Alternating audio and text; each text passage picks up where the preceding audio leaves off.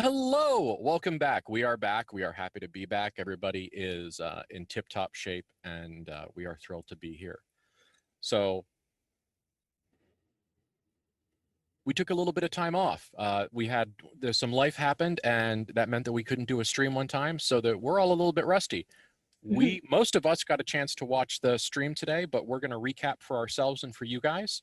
So 2 games ago, we rescued a Mr. Hawthorne from a mushroom / oracle / hospital / worst anesthesiologist ever / vivisection / prophecy.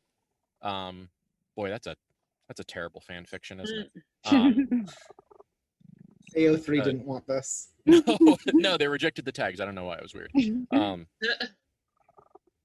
And we met Mr. Hawthorne in a better environment, and he wrestled with the fact that he is a black man in 1957, and that the world is going to kind of suck for him.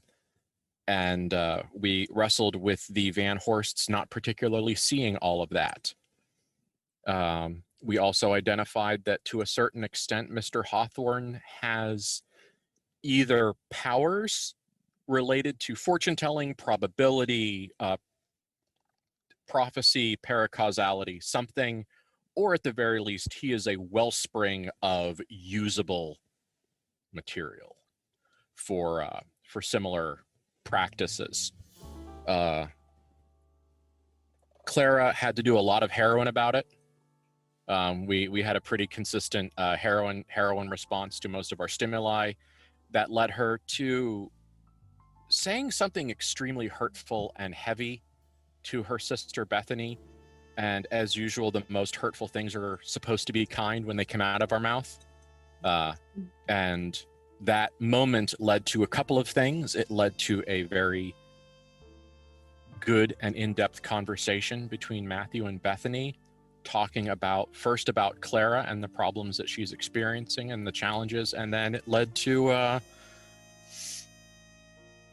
how would you guys describe it? I mean, I've kind of been monologuing for a minute. How would you two describe that little conflict?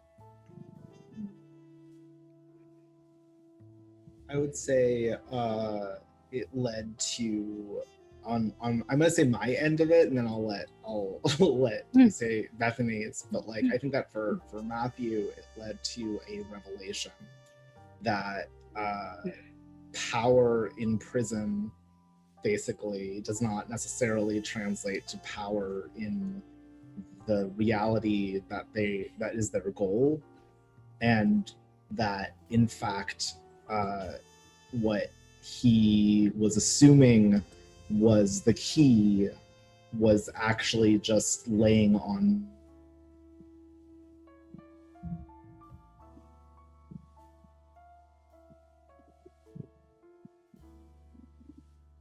his cuffings, because that is what this is supposed to be. Like, it's supposed to be comfortable. And so I think that he had, for him, the revelation was the situation of not only are the things that he most wants perhaps not the things that he is currently trying to obtain, but also that his sister can only wait so long, and that he may, if he does not start looking into other things and start understanding what the prison really is, that he may be left behind, both him and Clara. Which is absolutely what no one wants to have happen. Yes. Yeah. Yeah, and that was sort of I guess the revelation from Bethany, because this is the first time she's sort of said it out loud or discussed this with her siblings, is the idea that she could leave them behind exists in her brain. She's never been without her family in some form or another, and she's always been the one who was like at home while they went off and did things without her. And so it's sort of the first time that she's ever contemplated going somewhere without them, without anyone, like by herself if she has to. She's And that's heavy. never done that before, and didn't feel scared about it either. Like that was a thing where it was like, this is a thing that I will have to do if you cannot catch up, essentially, and doesn't want it, but that she's fully prepared to actually do that should she have to, should whatever happens, that she won't stay here. Yeah. And so that was part of what that led to, was an understanding, and it led to some really great out of character conversation towards the end when we started debriefing. And that led to kind of like okay, maybe we need to collectively, assess what direction we're going and what our goals are, and exactly what we're, what our actions towards our goals are, and what might be holding us back, at least in terms of character actions. And then the catalyst and primary focus of that conversation, Clara decides to go perform her second option, which is to go play craps about it. Which is to go play craps about it, which was also a great decision. And it worked until it didn't, huh? Yeah, she had a really good run, and then she didn't. They closed down the table, and she's went to lunch with vice-ridden, very handsome, charming, smoky pit boss, Mac Prince, and flirted with him and thought she was going to get her way and get a lot more connections, and had a 4-martini lunch with him and got gently drunk, and then right at the end he warned her that her sister shouldn't cheat at his table anymore and walked off. So Clara definitely had an entire game of being sloppy, thinking she was on top of herself socially and that she can handle how much she's using and how much she's drinking and how much she's falling to vice, and she can't, and then fucking up left, right, and center the whole time and not being on top of it, which really for her means that she just wants to go self-medicate. But that's her. That's the addiction. Yeah. So like the two final scenes ended with a lot of really great role play, ended with a lot of really cool and fun things happening, and then we had that fantastic debrief. But what we didn't finish last stream was some sort of a direction moving forward. So do we want to slip into character and become the Van Horsts and kind of discuss next steps, or do we want to have a little minute kind of as the players of this game hashing that out real quickly?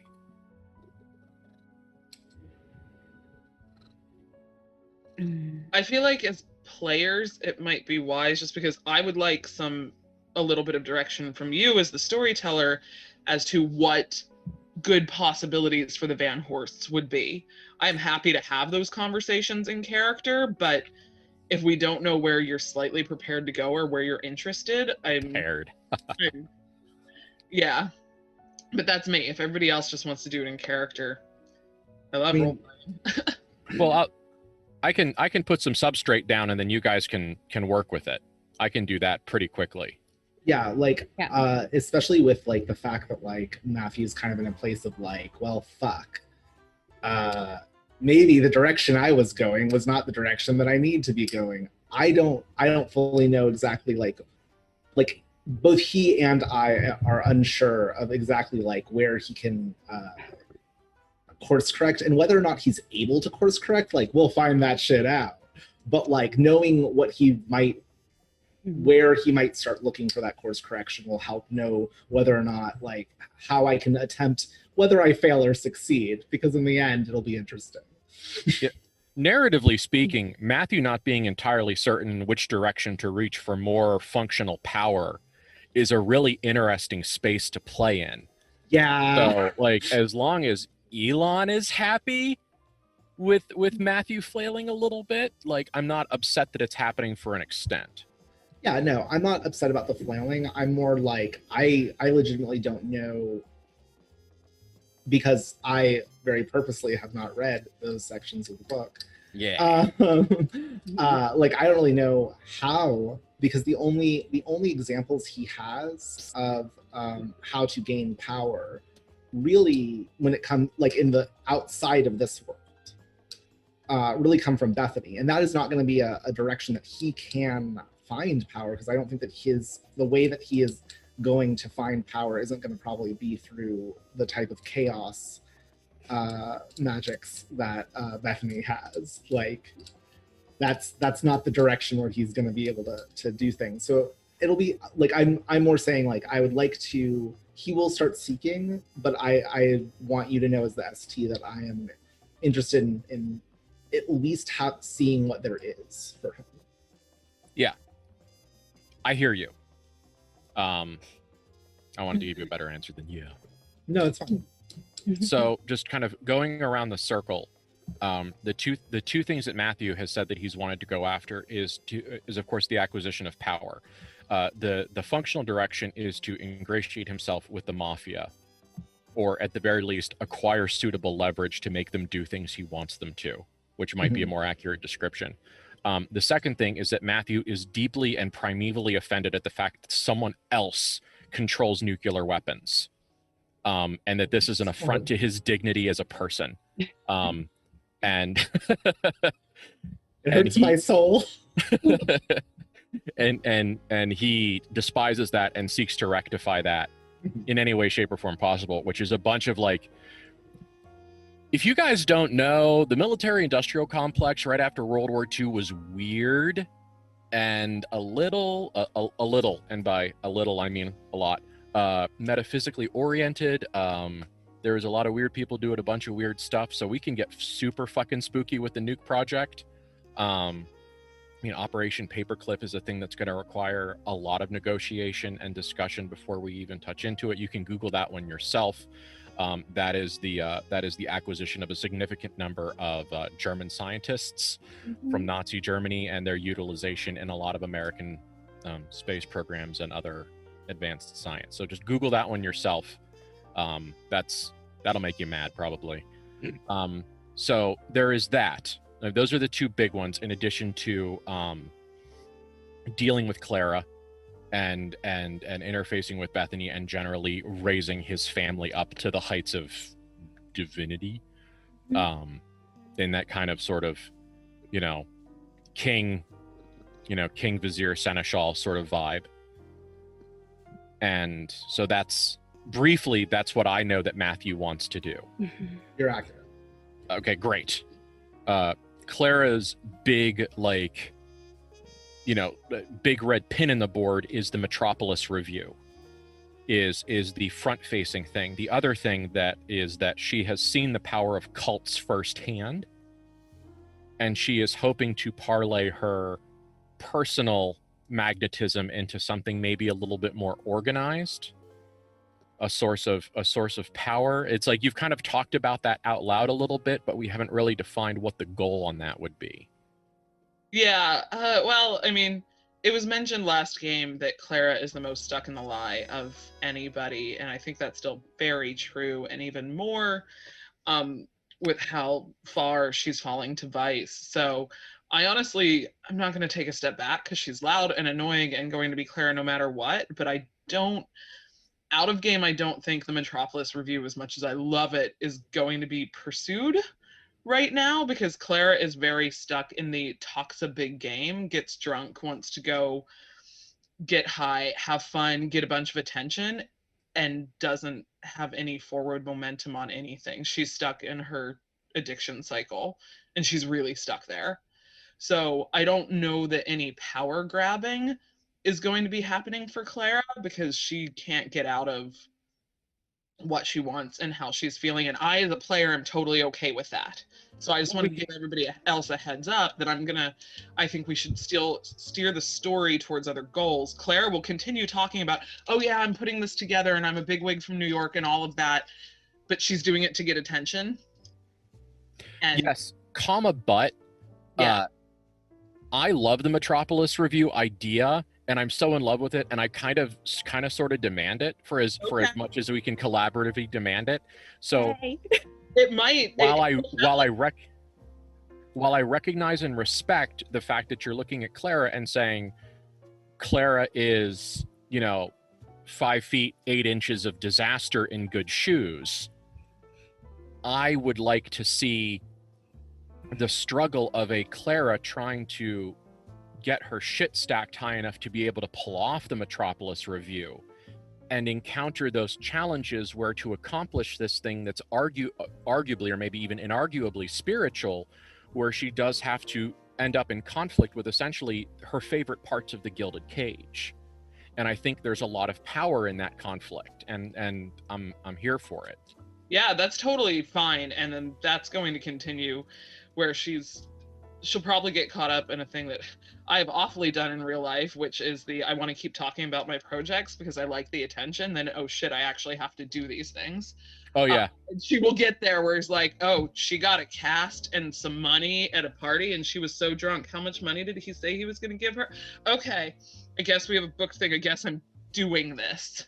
Oh, So, the heroine can totally write a check that Clara has to pay for. yes, Like, I'm really content with that disaster. I love it. Yeah, so that's where I'm going. I'm pretty confident in the storyline, but don't want to pull story from people. So I understand that. Just one more comment before we interact with Kate and Bethany is I can absolutely see Matthew like at a party somewhere, like a very kind of glitzy party where they aren't really Matthew's people, but Clara standing in the middle of the room holding forth just like straight up fucking like Shakespeare in the Park monologuing about the Metropolis review, and she's just daydreaming out loud, and Matthew's like, okay, so you need a building that's got this kind of stage and you need these kinds of lights, and I don't know what that job title is, but I'm gonna hire 4, and just very quietly writing down everything that Claire has ever daydreamed about and being like, okay, so I went shopping. You have everything you ever said you wished for. Are you implying that Matthew would do something that would intensely enable Clara to continue being a disaster while trying to make her successful at the same time? Like, whoa there. Am I under oath, sir? I'm just putting that out there. Yeah, no, I as long as that is something that Erica feels comfortable with, I am 100% like, that seems very much their dynamic, and it continues to kind of feed into the toxicness of how like Matthew is both in some ways a very supportive partner and also the worst partner possible for Clara's situation, quite frankly. Oh, okay. First of all, someone in the Twitch chat just gave the hashtag give Matthew nukes. So. Matthew agrees. Matthew is like, excellent, correct, this person, they're getting a raise. Well, we're paying you double what we paid you last week. You're welcome. We have to go to more nuke parties. That's where all the money and the power is. And if we just go get drunk with those people, clearly you'll have nukes and I'll have a show and we'll be fine. Excellent. We already have like an excellent choice right now. All right. So where's Bethany at? Where's Kate and Bethany at? Well, Kate is delighted that the Metropolis review will happen because I have wanted this since it first ever came out of Eric's mouth. I literally was like, you have to tell Ben about it. You have to tell Ben about it for months. But Bethany is very quietly attempting to figure out how to open a door to Metropolis. That's what she wants to do. Okay, so that's the practical goal. That is the practical goal. I love it. She is like, it's quiet in the background stuff, helping her siblings with their stuff as they're going. But her personal project that she has is open the door. That's what she wants. Okay. She wants to figure out how to get there. 1, I love it. 2, that leans a little bit further into actual practicing magic as opposed to the kind of like psychic phenomena stuff that we've been working with. Are you okay with that with like that thematic blend of like psychic phenomena and working magic? Yeah, because I think that she's sort of done enough accidentally by this point that she's trying to figure out how to do things on purpose. Like, she could possibly somehow very accidentally, in a terrible way, open a door to Metropolis that would be the worst thing, but she'd like to not that. So, and she might do that a few times along the way, but no, she would like to actually start figuring out how to do those things. Okay. I'm in love with that. Also, let's also not forget that we have there's a couple of people that we haven't really seen a lot of yet that we might see more. There's been a red lady that we've hinted at Yes. that Bethany has all kinds of complicated feelings about. Matthew has an ex-wife and a son, and how much of a surprise that is should tell you a whole lot about their relationship. Matthew is not his player, and his player is not Matthew. Yeah. And there's some other surprises. There's a fat lawyer in Pittsburgh that we haven't really attended to. So there's some Pittsburgh still has its hooks in you, which is good because they make a lot of iron there. So practically speaking, Portal to Metropolis is a pretty actionable goal. The issue at this point is that Bethany has negligible actual occult knowledge. Yep. I mean, she's got some very brief bits and pieces. She's been some places, she's seen some things, she's heard some people and things say words, and she's done a yeoman's job of doing a bunch of collating. But in terms of like a depth of knowledge, she does not have. Yes, very true. Do you have any thoughts as about where you as Bethany would be able to begin seeking that stuff out? No is okay.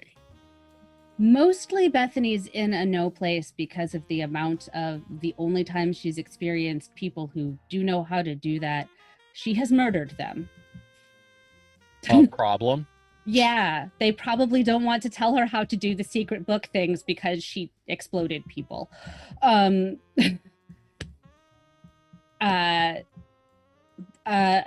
the lovely Azadeva women's shelter creatures have any idea how to do those things, which she doesn't think they do. That those, like, she is far more willing to ally with monsters than with people. That says so much. She's like, those, I trust the monsters. The people should explode. Yeah. There was a point where the players met, and we should really just re-meet them one time. So maybe we will contrive a reason to go visit. We should go visit baby Malice. Yeah, go visit the worst our baby. Child. And the worst that baby we made and all Izzy together. And the Azadeva. Yeah. Hashtag worst Trinity. Oh God. Whatever. Clara wants to have a baby. We already made one. Wow. Okay. Someday I need you to say this in character. I'm just gonna put that out there. A line like that should not stay unsaid in character. Bethany doesn't say these things. I do. I know, but like I'm. Look, I come up with really good lines too. Like Bethany can't be mad at Clara about what happened in Inferno because they both let hell inside them. But Bethany doesn't say those things. I need to brace myself. Okay, so that's amazing. The game is over. We've said everything that we need to. Did we just speed run tabletopping? Yep, we did it. We're done. That's all we need. I will say that interestingly, the people who most likely would know are the I forgot their names. The elderly couple. Yeah. Yes. So we definitely do have the element there of that. We know that the husband is basically a lost cause, but there was some interest certainly in, is it possible to extricate and ally with the better half, quite frankly, in our opinions, of that couple. And if so, that actually might be a really interesting, because like that didn't work out well for Clara, but it might work out well for Bethany. And that could be a very interesting way of going about it, especially because they happen to already own kind of a portal to what seems to be more Inferno type but that could always be changed. There's a lot of metaphysical questions. I mean, there's Yeah. definitely there's definitely some moving parts, but there's a lot of questions to ask, and I think that we should ask them in character. Yes. Yeah, we can. Sorry. So, no, that's fine. I've just kind of like it's kind of one of those like, let's wait until we get a good enough plan. Yeah. And No, I agree. so can we agree that looking at the West Smiths either face on or from the side is a good target for motion right now? I think that makes sense for a number of reasons. Like they have power. We don't know exactly where their power lies at the moment. We don't know that much about them. So learning more about them and getting more information about them, I think, could help all three of our goals, quite frankly. I agree. Okay. So last game ended around lunchtime. Mm-hmm. Let's move forward. Do you want to say till dinner time? I'd be open to that. So just say maybe like a 4 or 5 hour, time passes between har and thar. And that way we can kind of let emotions fade in the fact that we're all feeling slightly different now after a cool down time. And so then we can get into character. Maybe it's the first time we reconnect as a set of siblings. That works well also. Is around dinner time? I like that because it also works well due to the fact that Clara needs to tell us about certain things that were said, possibly. Yeah. Okay. So, if I may set the scene, there are several restaurants in the Tropicana. Let us recall that the Tropicana is both new and fancy. This is an intensely upscale resort and casino. This is not a Motel 6 with slots in the lobby. This is a testament to decadence. There is pools and bars and restaurants, and the greatest names of the age come here and play, even though some of them are still not allowed to stay in the hotel they're paid to perform at because racism. And there are several restaurants. One of them is, I think it was called the Tropicana. I'm not going to stop my flow and look. One of them is a classic haute cuisine French restaurant. It is the fanciest restaurant in the building. What is almost more important than its fancy level is the fact that it is designed for the most comfortable, most ignore the plebeian style dining.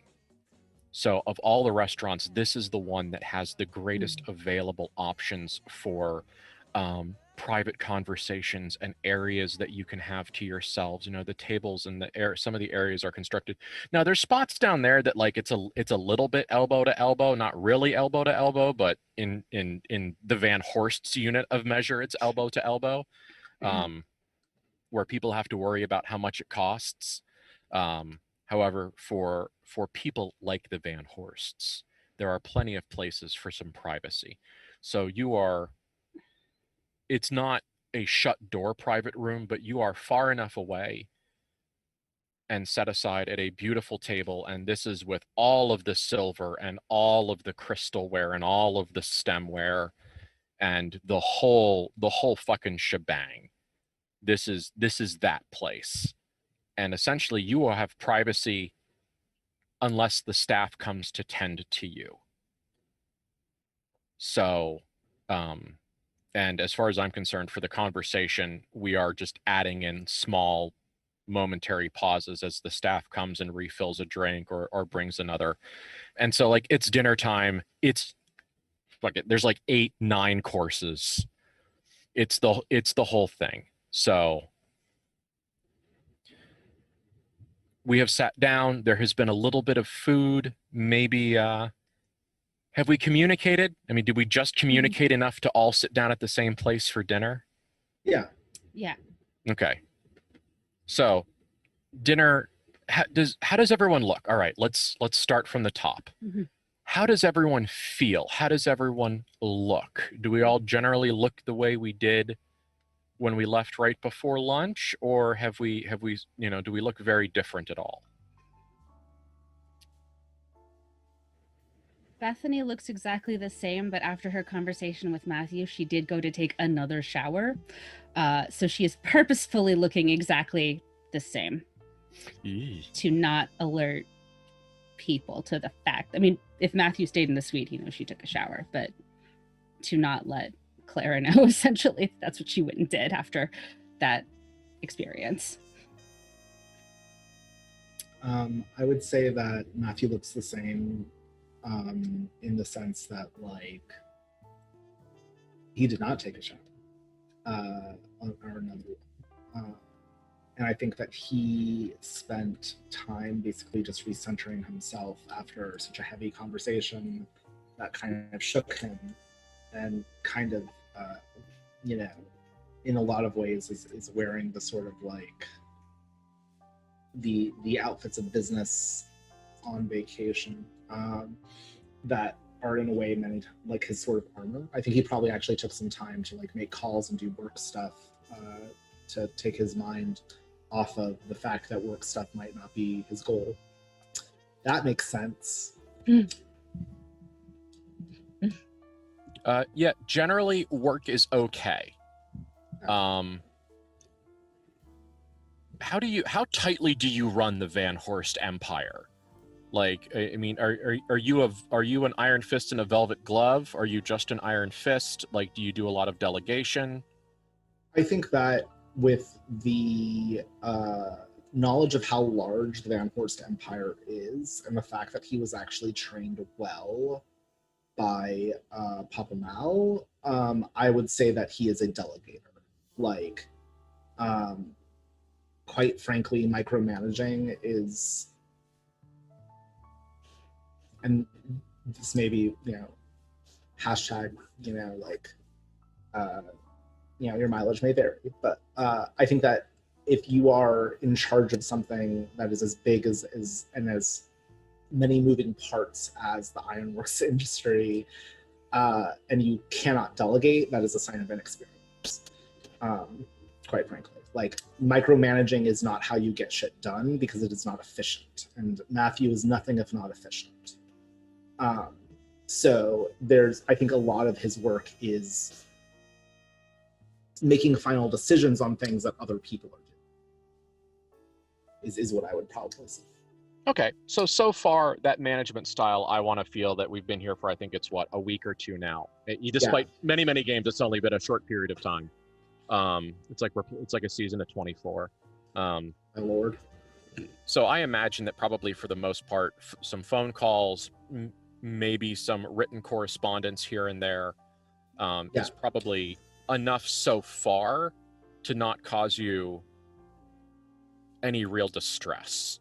So far, yeah. I mean, there are a couple of nebulous, we're not going to define them right now, things that you kind of tag and you go, I'm going to have to go back to Pittsburgh and I'm going to have to, like, straighten that dude's ass out because I see what he's doing while I'm out of town.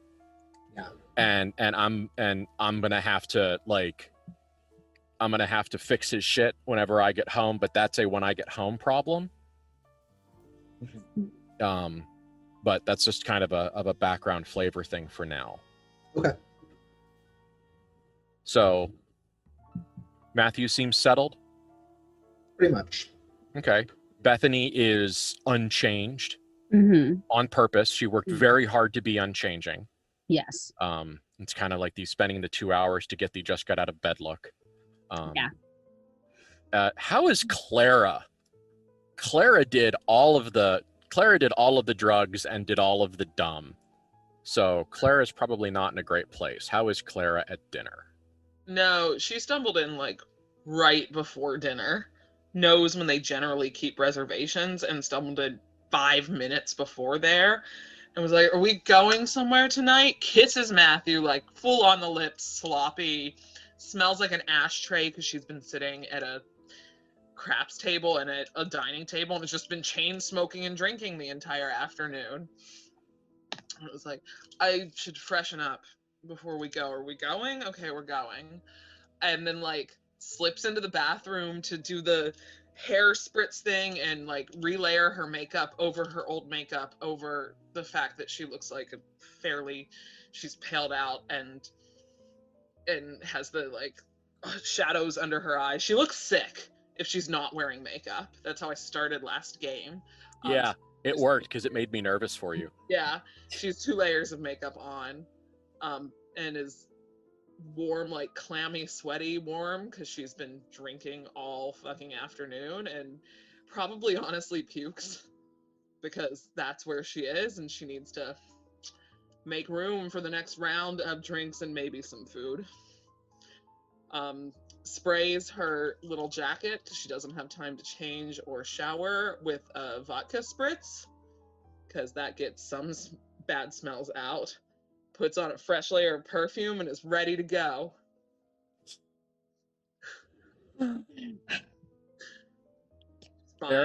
Erica is fantastic. I am worried for Clara. I adore you, Erica.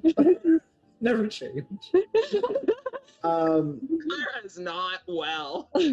She literally did the math in her head of like, I have 5 minutes until the reservations. I can put more makeup on and fix my hair, or I could use again. I should probably fix my hair. But had the moment of like, how much time do I have in this bathroom? Yeah, I've done disaster math in my life. I know that feeling. A lot of feelings in my heart for Clara. So she sits down immediately and is like, I would like a brandy and whatever they're having, and bring the wine list. No, the nights. Yes, thank you. Okay. Well, I'm getting a Manhattan now. God, I need one. Okay. Oh, and she's like gently groping Matthew's thigh beneath the table.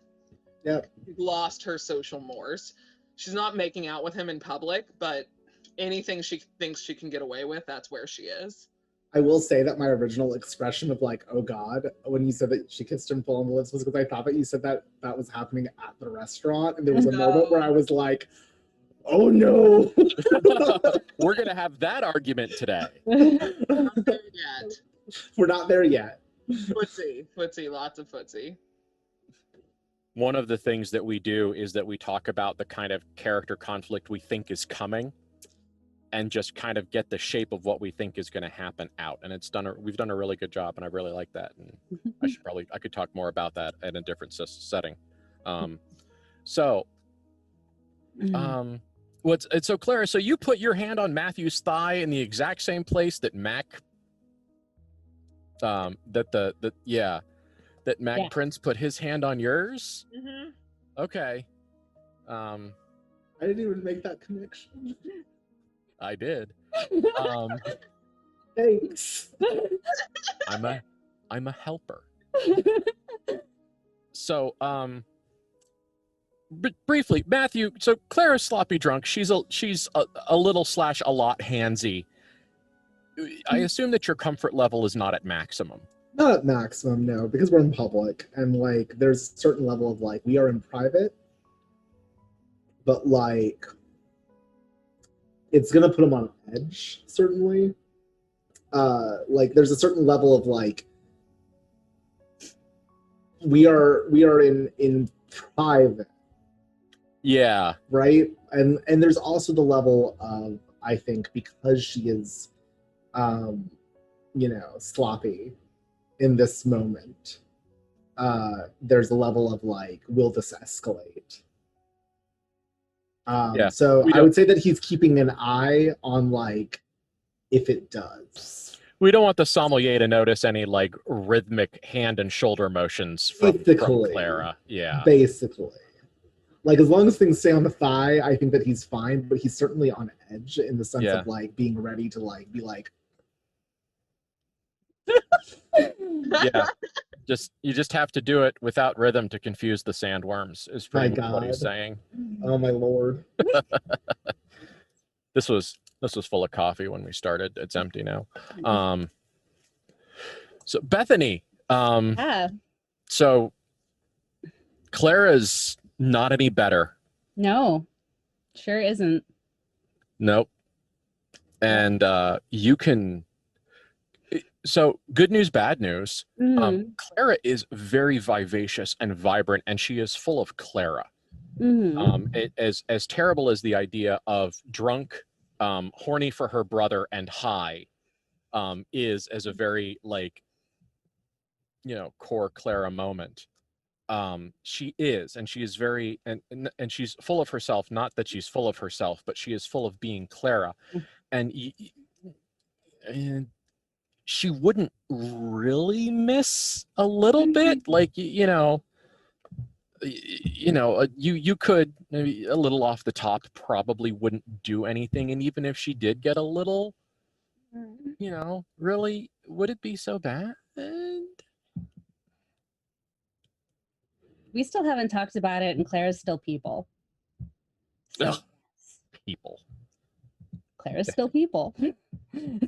That's fair. You're gonna have to find a not people really soon. This is soon. Yeah, this is going from an interest to a compulsion. Yeah. Yeah. No, I'm not saying there won't be a point where she can't help herself.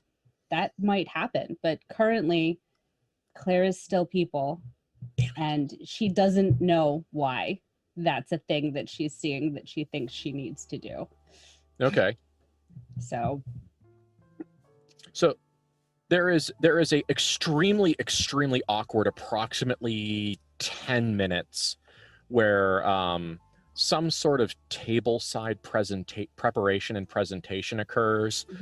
Maybe it's a salad. It's one of the first courses with the whole tableside and the gleaming bowls and the you know, the Russian service. I still have bad dreams about having to do Russian service like 20 years ago.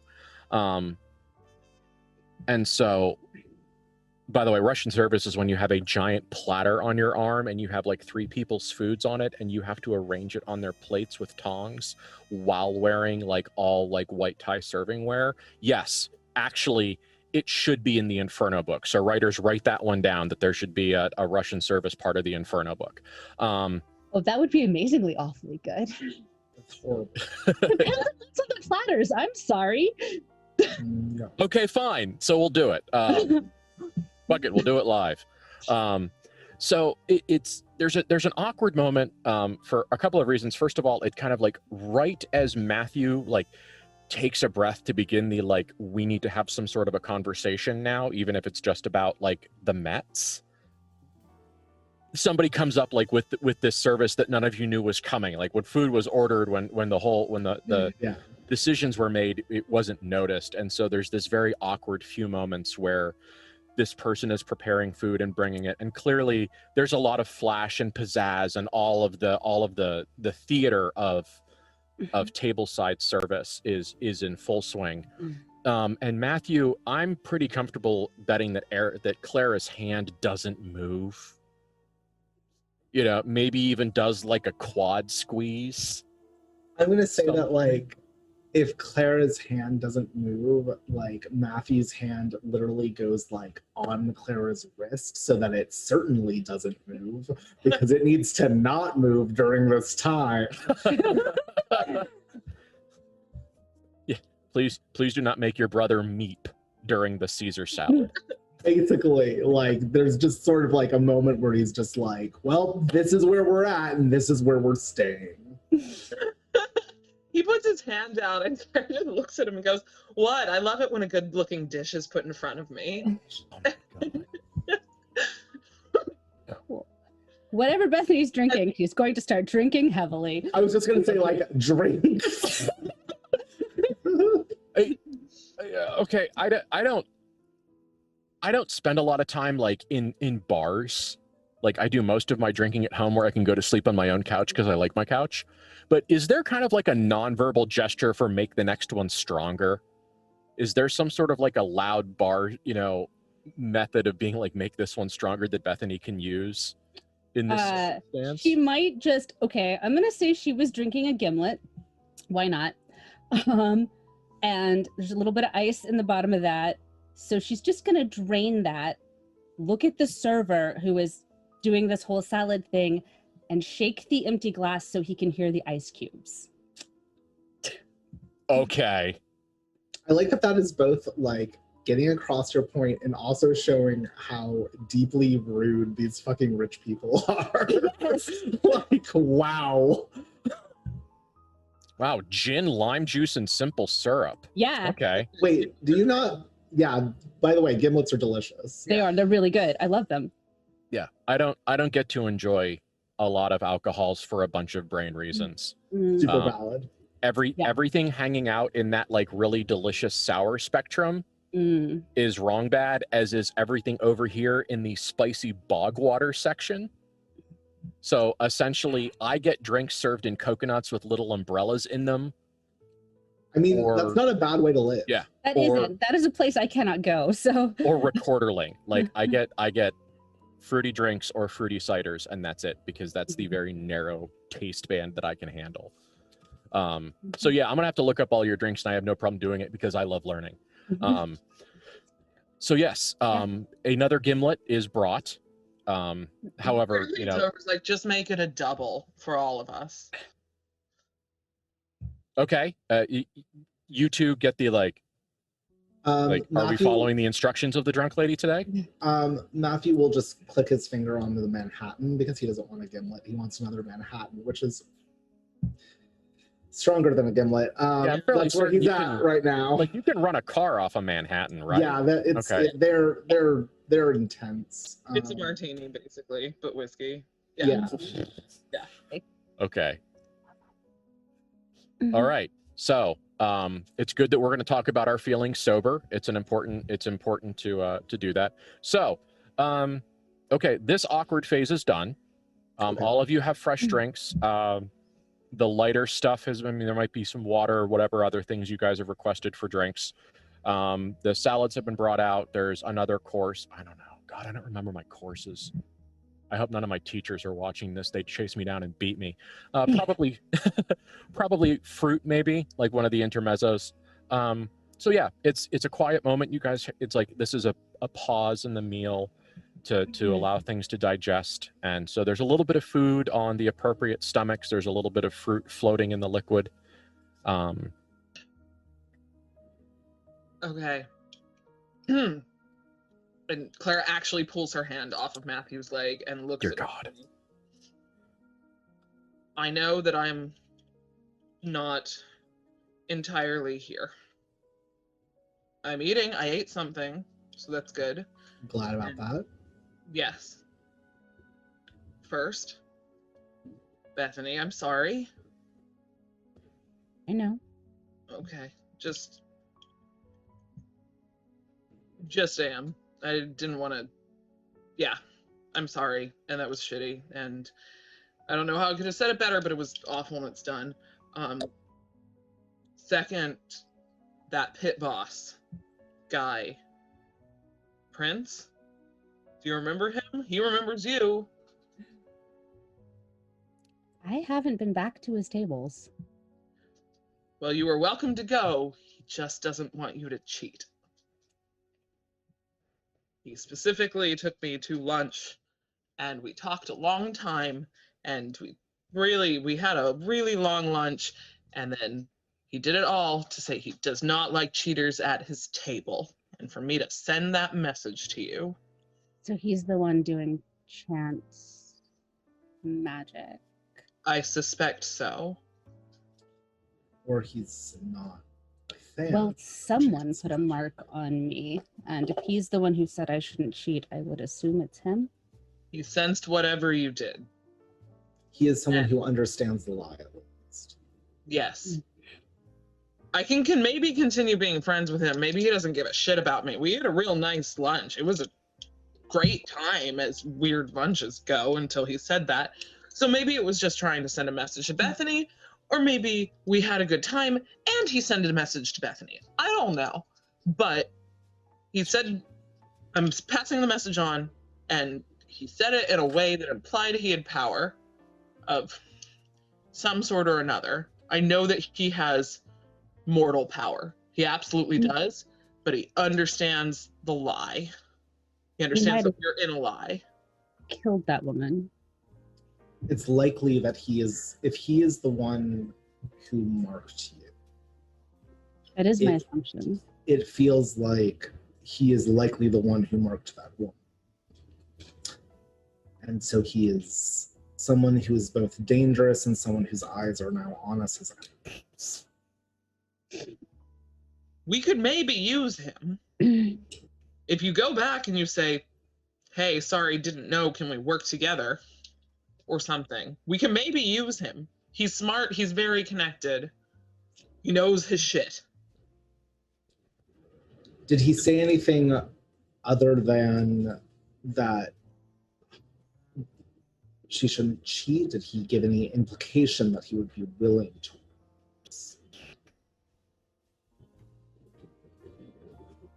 Other than spending an entire afternoon with me? He didn't say, you know, she shouldn't cheat, but tell her to come and be my student. He didn't say any shit like that.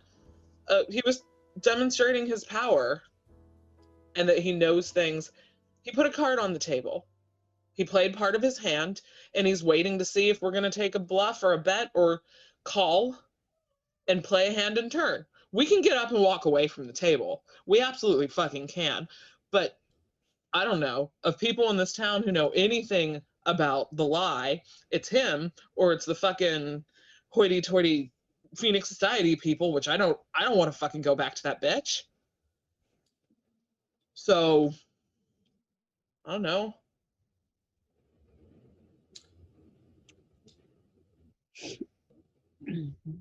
We could talk to him. The worst he says is don't play in my table. Bethany, do you know if you still have the mark on you? I haven't looked recently. It was sort of a like paused. If I do something again, it would activate. The last time when you looked at it. I didn't. Yeah. Look again. I'll look. Can I look? Yeah. Yeah. That is a 14. So I think what I had originally done was the magical intuition for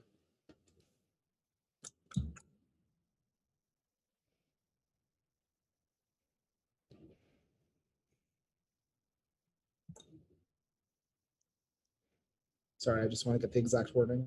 Mm-hmm. I think it was learning if something has a magical nature. Mm-hmm.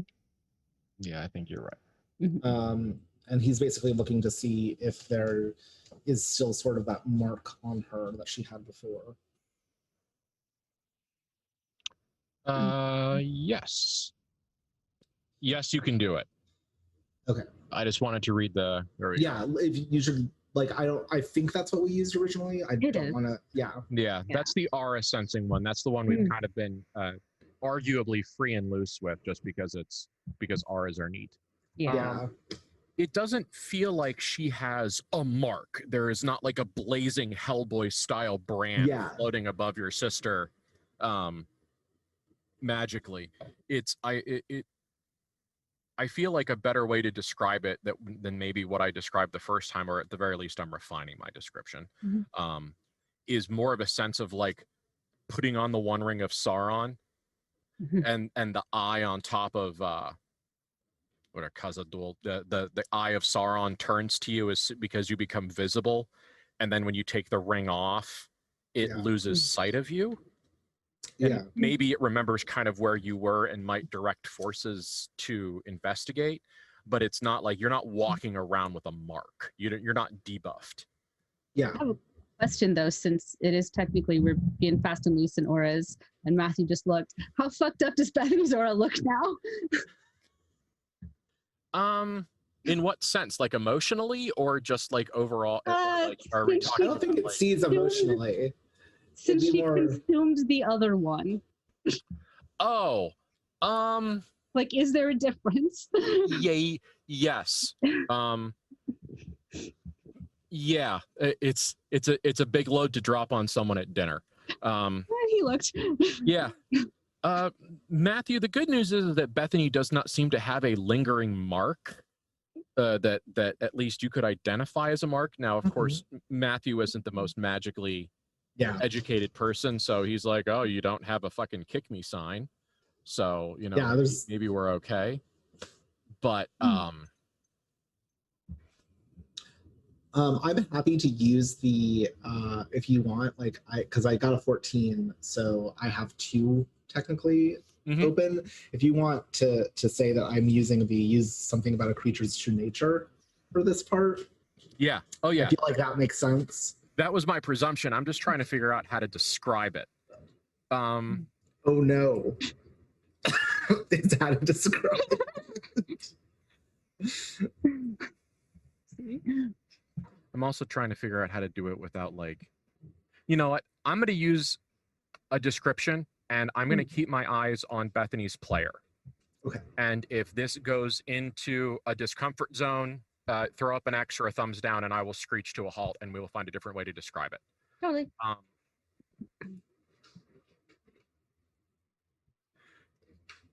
When someone is pregnant, there's that whole they glow thing where they seem so full of life. And, you know, there's that whole thing. And Matthew probably remembers having at least maybe one positive moment in the 9 months that his now ex-wife was pregnant. He was like, oh, she looks so beautiful. And you like that's the closest thing you can find, but it's still a shitty analogy because she isn't glowing with a new life or some like reproductive gleam or any of that. Like this isn't like a beautiful Gaian Earth Mother thing. This is like Hecate's version of your glowing. So as opposed to like, oh, you're full of beautiful new life, it's like, oh, you're full of dark and terrible things. That's so great. She is brighter but darker. There is more energy being let off, but it is not as bright. She is still deeply broken. And you can see the ways a couple of times that you've seen her where her aura is fractured and strange and not shaped. Like auras are generally kind of a sort of kind of maybe an oval, or generally kind of like the person shape on the front of all those great Dianetics covers from like the mid 80s. And so normally that's a shape. Bethany's has always kind of been twisty or sharp or a little fuzzy. There's always been kind of shapes to Bethany's aura. In the time since you've awakened, you've kind of been able to look at these things. And so it's always just kind of been one of those like, that's my sister, that's her shape. You know, it's like, okay, she is unwell, and therefore when I can kind of cross my eyes and stick out my tongue the right way and view these other things, that's just what she looks like. And she looks like that, but also now it's like someone took a snake skin and wrapped it in all of the gaps. It's like someone took a snake skin that's 300 feet long and very carefully and gently wound it through all of the blank spaces in Bethany's aura and filled it in. Like there's more there, but it is clearly an additive process, and it is not integrated. They are trapped together, and maybe there's a peristalsis to it. There's a digestive motion, but you can't tell who's consuming who. You know, there's kind of that, those scenes in the thing where it's eating all of the dogs. It's kind of got that biological motion to it, but you can't tell who's going to be the dominant species when it's done. Great. Not the best. So Matthew like looks at Bethany and he goes through a little bit of a face journey where it kind of starts out with him being like, oh, that's, you know, like sort of like almost a comfort moment, and then like kind of like a frown, and then just kind of like worry, concern.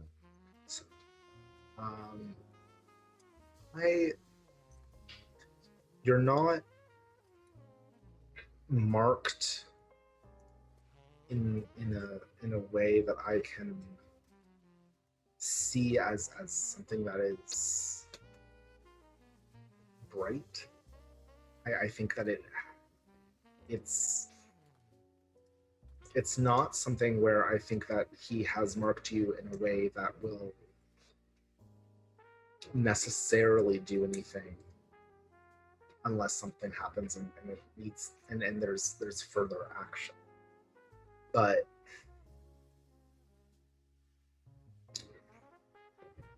Bethany,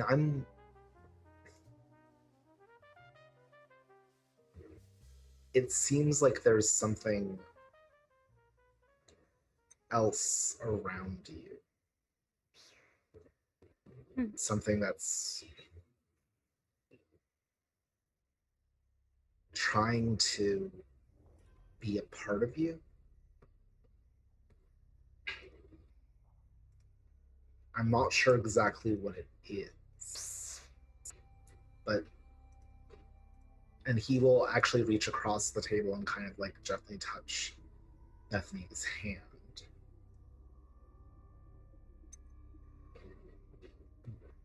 I just want you to always remember to be you. Of course. And he will kind of draw back, sip his martini or his Manhattan, and say, the pit boss is an option for us to reach out to if you don't. He certainly knows things, and he certainly knows that you know things and can do things, and creating a positive relationship with him instead of a negative one is one that I would see as beneficial. However, I would not write off Westholm. Westsmith. Westmouth. You also not... probably haven't killed his brother. Yeah, well, you know, water under the bridge. Yeah. I would not write off the West. They are...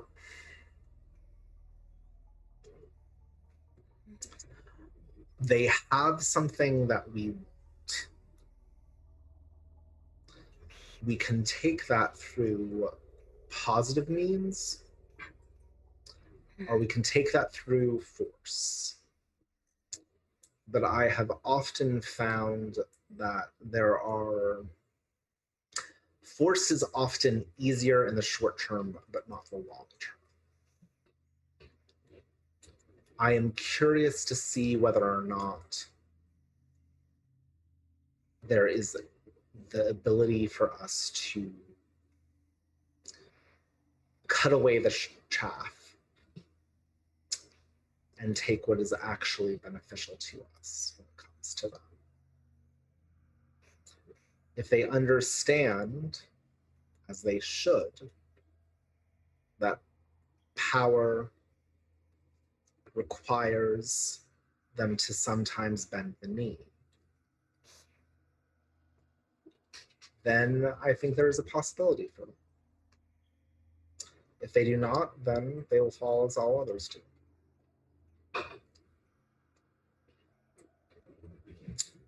Both options are viable. And neither taking one does not mean that we cannot take the other. I think taking one makes us stronger with the other.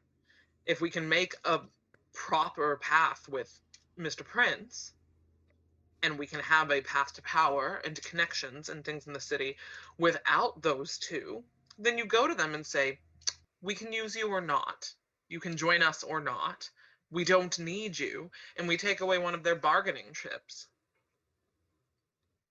I would agree with that. Bethany? I suppose.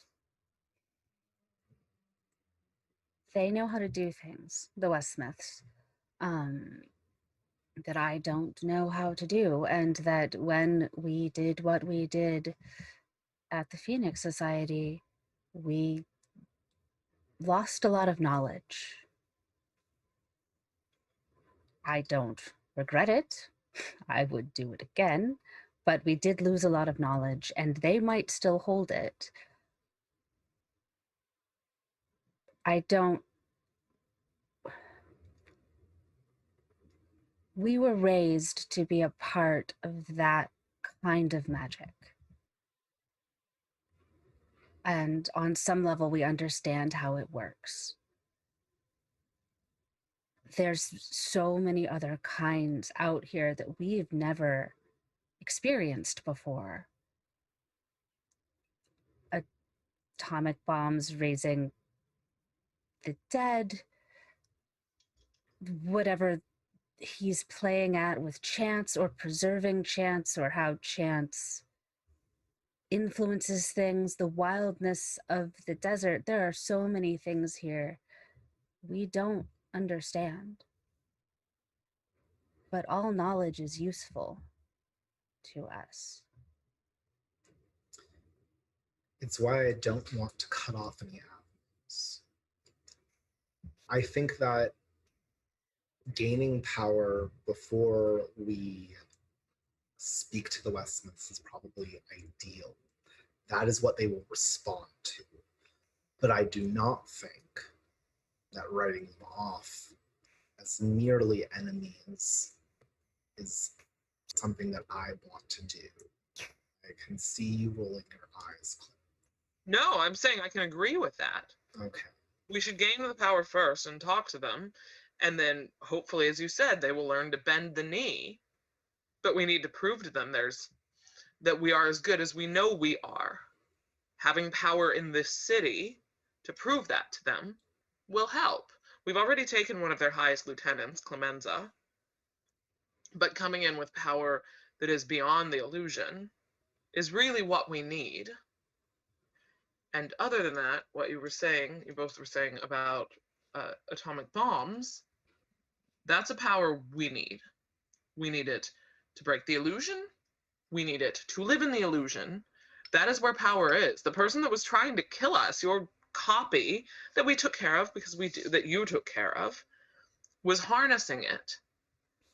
We need to know how to use that power both in the illusion and outside of it. That's the greatest power on this planet. And it's right here.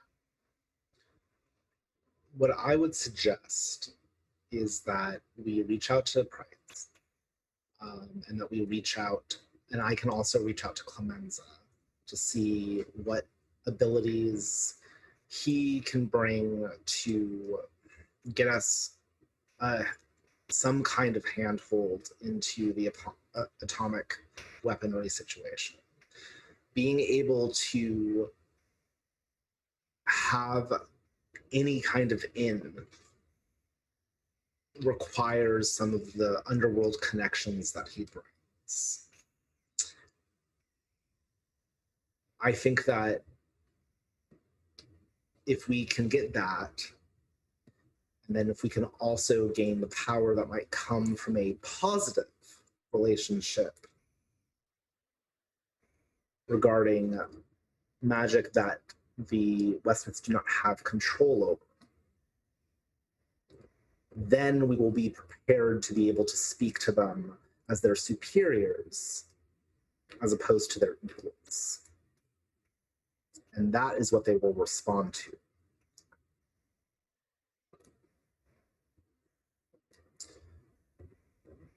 So I feel like you should go to some sort of meal with Clamenza, and if Bethany feels like coming along, you and Mr. Prince and I could go to drinks or a meal when he is off shift, and you two can just talk, see how it goes. I would stress that as well. If you want to talk with Prince, we can contrive to make that happen on any reasonable schedule. So if that's what you want to do, we can do that. Bethany, go. I'll play along. I'll play nice. Sure. Then we have a plan. That mean we can open another bottle of wine?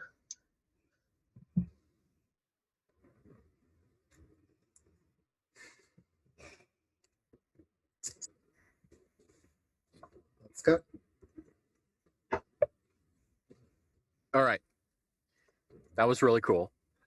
So just to confirm, just for clarity's sake, our next steps in terms of actual actions is to make contact with Mac Prince, the pit boss. Is that what I understood? So basically, the thing that Matthew kind of suggested was to have Bethany and Clara talk to Prince while he talks to Clamenza, so that we can kind of basically get a power base going where like Clamenza can help us try to get into the sort of underworld dealings that can get us some hold on the atomic project, since we were told before that that's something that like is probably our best way in. And meanwhile, we can get more, sort of power for Bethany through knowledge, if we can convince Prince to ally with us instead of be upset with us. Which I know is, once again, we're splitting the party, but like I personally suggest focusing first on Prince, and then like I can have a small conversation with Clamenza if everyone is okay with that. We can also just have a brief we can have a brief like conversation with Clamenza, and then all three of you can go hang out with Mac. That works too with me. Like he is a non-trivial entity, and I think that if we're going to really dig deeper and engage with him on a more fundamental level, that I would like everyone to be there.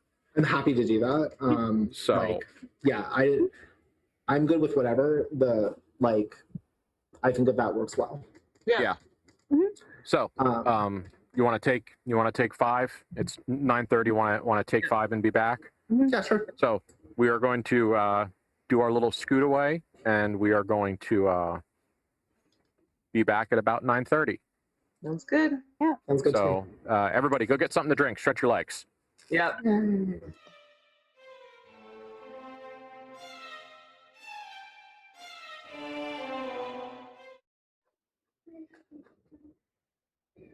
Hello and welcome back.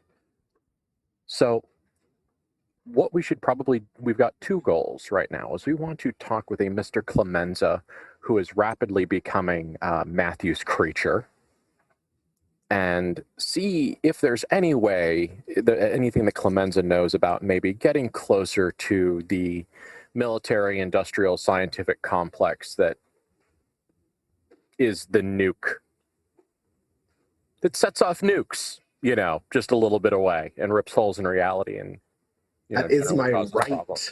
It is your right. Yes, it is your right. Of course. Yes. 1,000 pardons. So, how about you roll influence other? Okay. Because that's getting and then distributing that information is absolutely a favor. Yeah, no, I agree. Because that's not just like, who is the boss fucking. Look, if I start fucking Clamenza, that's a very different story for Matthew. So that's 3 plus. Okay, that's actually really good. That's 16. All right. And so you get what you want, really, without any trouble or question, which is what we like. Yeah, let me just make sure. Influence other. Yeah, they do what you ask. So what are you asking specifically? Are you just generally being like, tell me how I can meet people that are in charge of the nuclear program? Like, what do you what's the flavor of the question? I mean, the flavor of the question is very much sort of a thing of like because he will continue framing things as like, I am the way that you are going to gain power and that you are going to gain respect, because he knows that he understands that Clamenza is most comfortable as a lieutenant, and so he will treat him as such. And so the way that he puts things is very much like as if Clamenza is already working with him. Like, there is never a point in which he's like, can you do this thing for me? He's already just behaving like Clamenza's boss and kind of assuming that Clamenza will essentially instinctively kind of respond to that well, because in a lot of ways, this is less stressful, right? Like, Clamenza Clamenza, in all the interactions that Matthew has had with him, has come off as uncertain in his own power, and Matthew is giving him the security of, in a lot of ways, middle management. Like, you will be powerful. I am treating you as someone who has power, and your power, you will have like all the power that I can give within as long as you follow me. And so it's very much in that sort of vein. And so he would go to Clamenza and basically be like, I think that it would be very beneficial for us if I was able to get, into this sort of like nuclear power structure, et cetera, et cetera. Like, it's not being spoken of as if it is a request. It's being spoken of as, this is the plan. We're going to work on this together, and this is how it will benefit us. So, yeah, you are offering Clamenza the comforts of obedience. Man, we're all surprised that Matthew's doing it. Yeah. Basically, yeah, like that's how he's sort of framing it. Yeah. His, like, initially he's just kind of like, he sells drugs and moves whores and runs fighting rinks. Like, this is so far outside of his comfort, but he does, I'm going to tell you now, but he does say, like, let me get back to you because I'm going to have to ask a couple questions. But I'll tell you the information now, just so that it doesn't leave our heads that you asked. Yeah. Essentially, as near as he can tell, the best way for someone like Matthew to get in is to somehow approach the supply chain. Okay. Because that's where Matthew's power is he's not a military man. He doesn't know generals. He doesn't have like old war buddies, and he employs scientists, but he is not himself a powerful member of the scientific community. So that might be a challenge. But what he does have is materiel. And if you recall, the only silver lining out of that terribly botched initial attempt at networking was that, like, I even forget, I think it was Dave, was that like middle rank nobody, like itinerant trader equivalent guy who essentially bought things from some people, and so like the absolute middle version of the capitalist pyramid. Mm-hmm. It was that guy, and you made a really great impression on him, and he thinks you guys are buds. And he talked about the fact that he sells a lot of things to a lot of people. And if you could keep your lunch down long enough to have a conversation with him, you might actually be able to parlay that connection. You're going to have to play a lot of connect the dots, and we can do that with some of these brief little vignettes of networking until we get to somewhere cool. And I don't want to say it that way, but you know what I mean. No, until we get to something actionable. There we go. Goodness, that's better. So, so for two things on that. One, he will actually, just so that you know, like, he will capitalize on Clamenza kind of being a little bit uncertain and be like, don't you worry, I'll make sure that you're involved. I'll make sure, like, he's going to use this, essentially, the fact that like Clamenza's a little bit uncertain, to be like, but you're so much more than that, Clamenza. There's so much more you can do. There's so much more power that you can hold than to limit yourself in the way that other people have forced you to limit yourself. Oh, geez. Yeah. So he is 100% basically like going to use that fact to reel him in more. And I'd actually like to use influential friends to also like enhance the supply chain aspect. Like, I'm not using it for anything specific, but if I could, I would actually like to use influential friends just for the future. Like, we don't need to do anything with it. That'll be our next role. Okay, so like, I just want to mention that like that's a thing where I'll put a little tally in that hat, because of the fact that like I do think that that's how he will like use his next steps. But I definitely want there to be an understanding that the fact that Clamenza doesn't fully feel secure in his place when it comes to this sort of things is something that Matthew will in fact use as an advantage as opposed to a disadvantage. Okay, yeah, I dig it. Okay. Once again, if you're acting like a Van Horst, go to therapy. Capitalism is horrible. Yeah. Okay. So we'll remember that. We'll use influential friends in connection with what's his name, and yeah, sounds we'll good to move me. forward probably next Dave. game. We can, fucking Dave. We can kind of add that as a little bit of like a vignette, as we go through until we get somewhere. All right. So, it is evening. We know that Mac was technically at work for most of the day, which means that probably he might be off tonight. Okay. It's logical enough. But before we attempt to engage, Clara, are you doing anything to freshen yourself up at all, or are you just like absolutely like weaving your way from table to next location? Do either of the siblings say, "Hey, Clara, do you want to take a shower to sober up a bit?" So what I'd like to do is first see if Clara does it herself. And then if she doesn't, Matthew will say something. But I want to first check and see whether or not she would do it first. Don't even know what that role would be. It was Honestly, I was just calling up a sheet so I could look at stuff. Yeah, it was like, it might be drug addiction. You know what? No. How about plus willpower? Just roll a plus willpower. Okay. Yeah.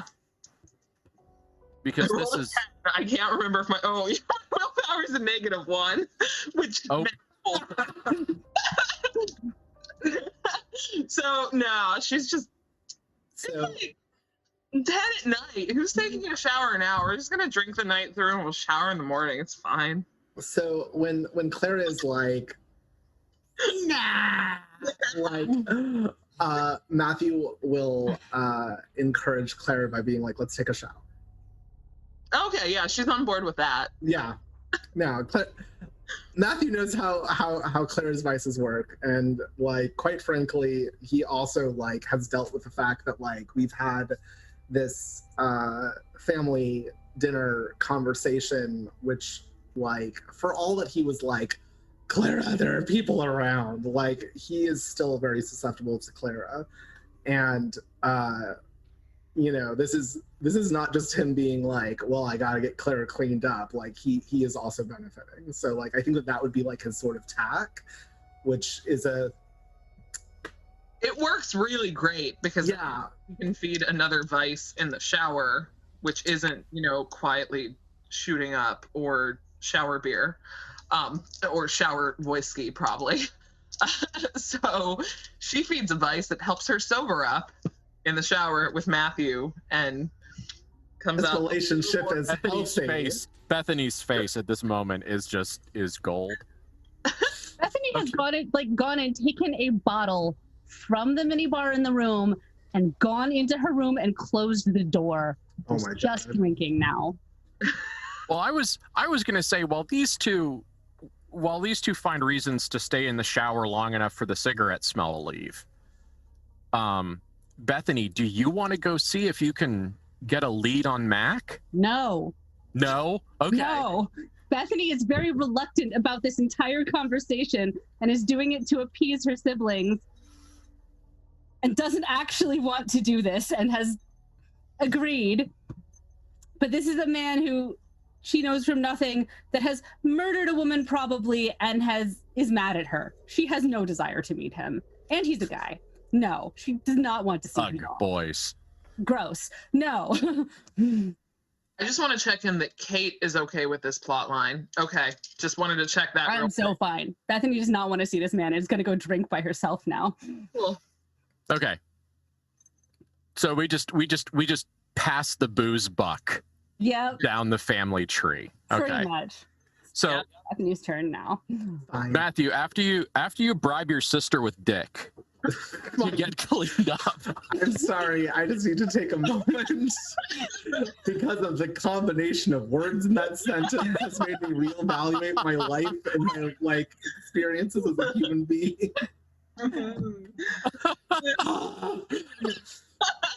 Fine. Love all of you. I'm sorry, Twitch. Boy, that got a smoker's laugh out of me. That's been a while. You're welcome. Yes. But anyway, yes. After Matthew bribes his sister with a dick. Yeah. It Okay. works. It works. It does work. It's So effective. Clean up, have a bit more energy, put on, another outfit. Yeah. Yeah. Yeah. So like you two feel better, and you come out of the bathroom, and then subsequently the bedroom to encounter Bethany, who has apparently decided to do a Clara about it. Yep. I feel like Matthew looks at Bethany, and there's that moment of well, the same tactic certainly isn't gonna work here. Guess we're just going. Correct. And in my head, Bethany said has very carefully spent at least 5 to 10 minutes setting up the lighting of the room, so she just gets the detective movie slash of light across the eyes.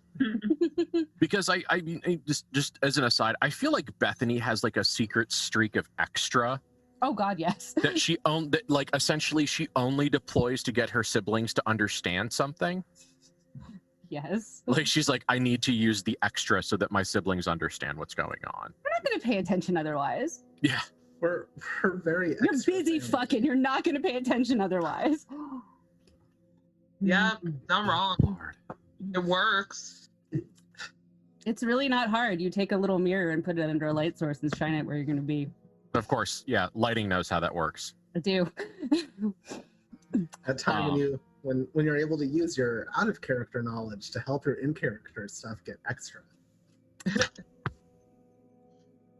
Yeah. So All she's right. sitting curled up in a chair, smoking a cigarette and drinking. Literally exuding anger. Mm-hmm. That's good.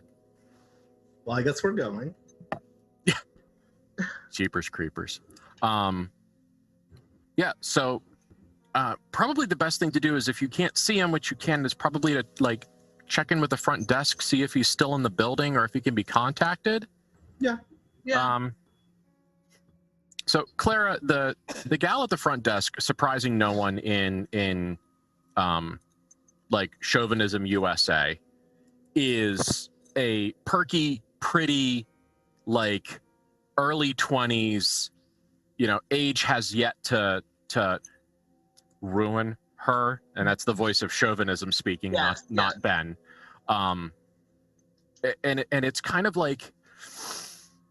there's a little bit of probably a venom maybe in Clara as she sees somebody on the other side of the ride.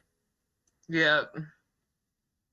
And so Clara inquires, and what's really interesting, and I'll absolutely leave it up to Clara to decide how this response makes her feel, is you say, I'm looking for Mac Prince, I'm wondering if he's still around, the pit boss, da-da-da. And the first response you get before she schools herself is jealousy. Oh.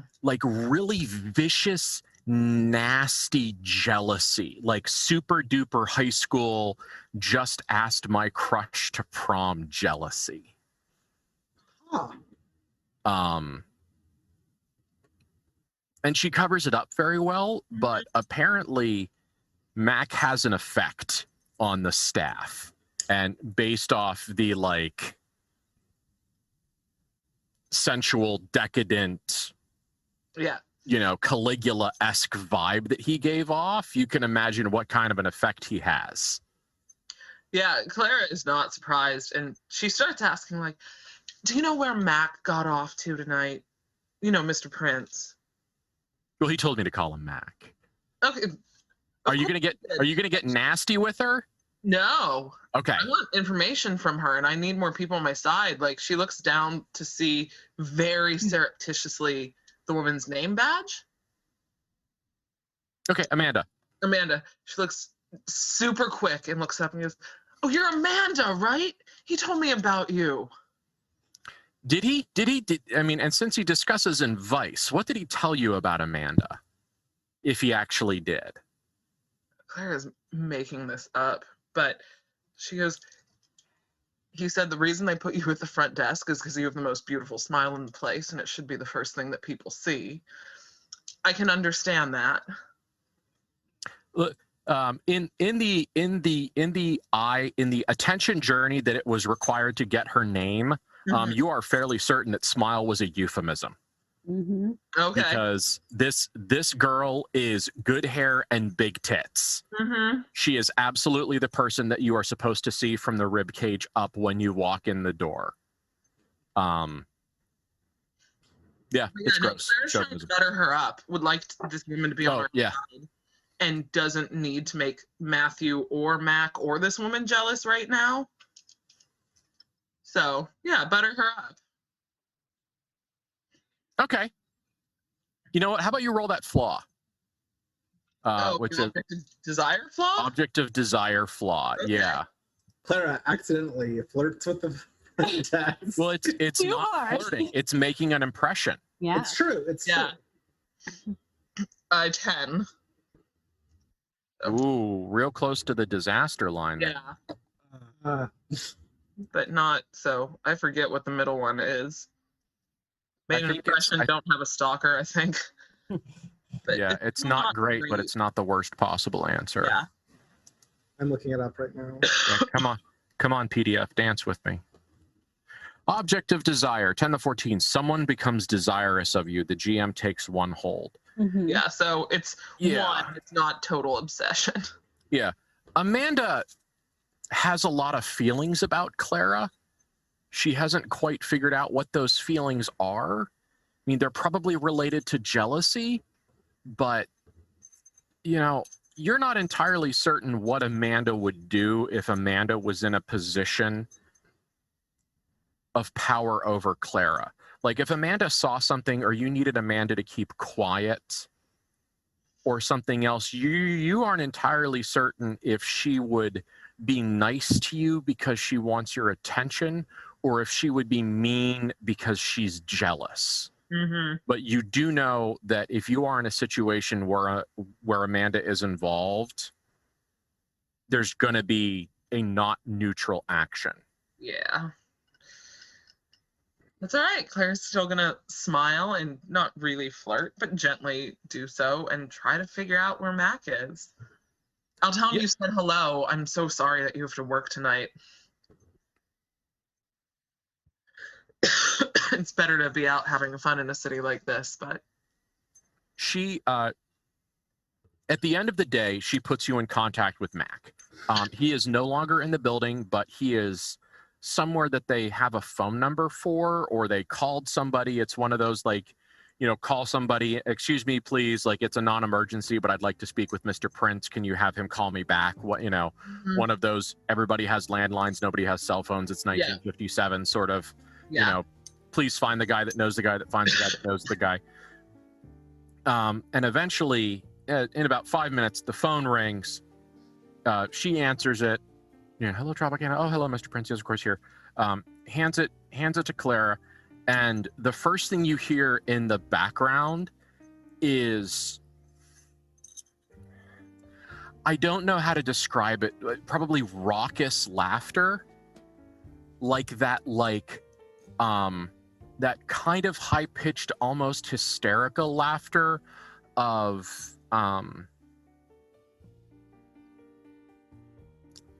like a Playboy bunny okay, yeah. doing their job. That kind of, like, you know, that I don't have a good word for it that makes sense, but you know what I mean. Yeah. And Mac, you know, puts the phone up to his mouth, and you can hear that he's got it closer to his mouth than maybe the receiver needs to be. and he says, Miss Clara, I wasn't expecting you to be looking for me. Is there something we need to discuss?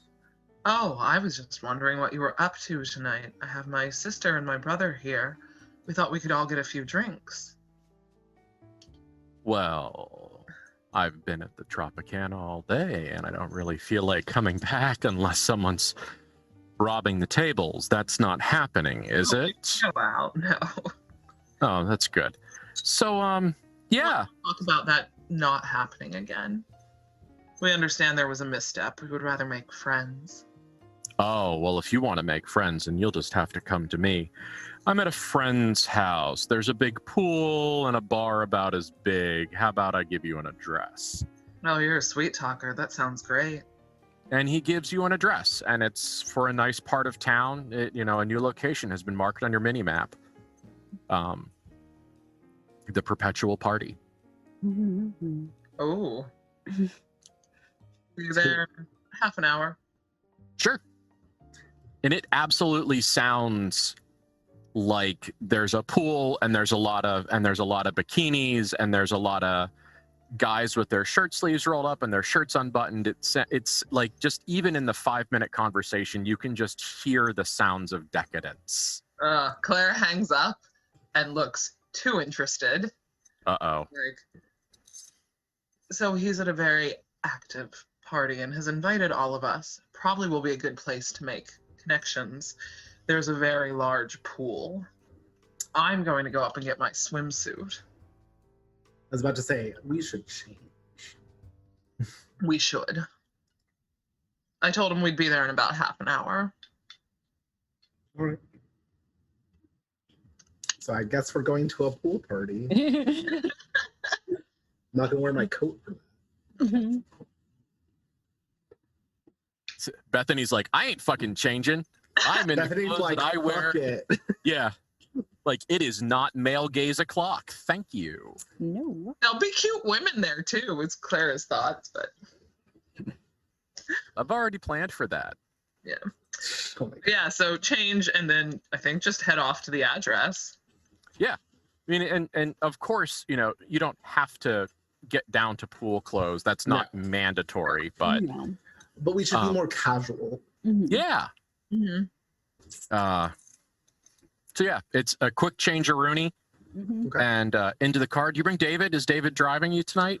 Oh my God. I mean, that's like actually his job and shit. That is technically his job. As it just simply being an existential threat. Yes. I see no reason not to bring David. As Okay. our driver. Yeah. As our driver. Yeah. So it's kind of like David's kind of been I don't want to say he's been a bum all day, but he's just kind of been hanging out and taking care of the car and doing some of that like helper, jobs body, seneschal sort of thing that he does. I mean, he's not a saint. He's not a Saint John. Yeah. I mean, he's not a like actual honest to God trained butler. No. But he's good enough at what he does. The car is always clean. The car is always fully gassed up. Everything is well taken care of. I mean, Matthew, that he's taken your suits to get pressed. The girls have had different things. If there was like shoe damage or something, he took it to the front and made sure that the appropriate repairs were performed. He's done all of that stuff. So does someone go get David? Because I'm presuming that he's like in a room next to yours, because I can't imagine that David actually sleeps in the same suite. Please. Yeah. That's not how that works. But yes, I think that because Bethany is currently not happy, Matthew will offer to go get David.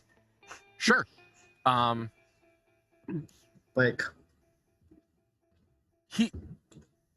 When you knock on the door, the first thing you hear is music.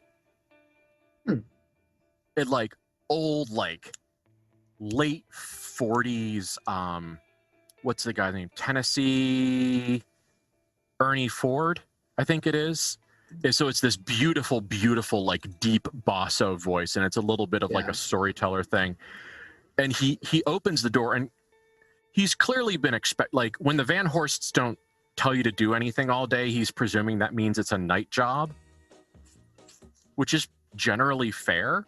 Yeah. So he is actually like finishing up shaving. He's got like a shirt set aside. It's he either intended to go out tonight or he anticipated being called on. And when he opens the door, the line of the song, Matthew, that plays is,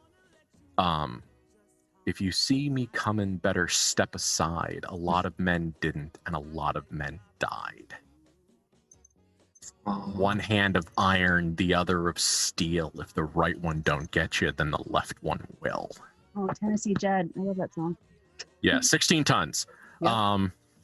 It's a song about coal mining, but when a war angel wearing a people suit sings it, the thematic swap a little. He opens the door, and Matthew, he gives you such a grin. Mhm. Like, he is like, you know, he doesn't actually gasp, but his smile is genuine and generally heartfelt, and he looks to be in a good mood and kind of hopeful. Yeah, it's like kicking a puppy to have to tell him that I'm not asking him to murder someone. It really is. It really is. Like, there's a part of Matthew that's like, oh man, I'm sorry, this isn't walkie, this is a job. And like, there's almost like a ruefulness in his tone that's like, kind of like, I don't want to say that it's like, that he sounds like he feels bad, but there's definitely the sort of thing of like an implication of like, I know this isn't walkies, but walkies are later, I prom. And like, we'll basically be like, we do, like, David, we need to go to a party. Would you be able to take us? Of course I can take you. It's my job. Yes. And he's still perky. Like, he has a momentary of like, oh man, I'm not gonna get to go kill somebody on my boss's orders tonight. That's a bummer. I mean, he does have that momentary, like, little bit of a journey, but after that, he perks right the fuck back up. I'm here for it. This is clearly no problems whatsoever and nothing I need to worry about. No, absolutely not. Hey, since we're not worried about anything, how about you roll a, let me find it. Is it read person? No, observe a situation. Interesting. So that's plus perception. Mhm. That's not what I'm good at. So That's what makes it fun. oh, okay. That is a 12 because I have a -1 and I rolled a 13. Okay. So you get to ask one question. I'm just going to give you the appropriate question, which is what seems strange about this? I mean, he seems real excited. Or he seems very satisfied. Yeah, did he just go murder someone like off the clock? Well, just like what I'm saying is that you can see that his that the bathroom door is open in kind of like that hotel style. The bathroom door is open, and while you can't see into the bathroom itself, you can see the reflection on the mirror, and there is a lot of red in the sink. Oh, he's just going off and murdering people without us. Something red has happened Okay, that's fine. while you were fucking your sister into sobriety. I mean, while I was doing things that are completely logical and okay, okay. Yeah, that's a thing just to put in the old back pocket. Yeah, and he perks. He's got, you know, he turns around. He's got like his undershirt on. He starts buttoning up his shirt. He tucks in his pants. He tucks his dog tags down underneath his undershirt. It just. Matthew will let his eyes flick to the bathroom where the mirror is, and he will look at David and he will say, "Do you want some time to clean things up?" His smile freezes like a bad what's the pre-film thing? The rotating drum. He freezes. I know what you're talking about. Yeah. Yeah. he freezes for a minute, and you can still see the smile on his face, and there seems to be a moment where the body and the spirit disconnect while he does some sort of calculus, maybe, or something is happening, and then he like it's a half a second, just enough for you to go, okay, and he goes, no, they pay the maids enough, and just finishes buttoning up his shirt.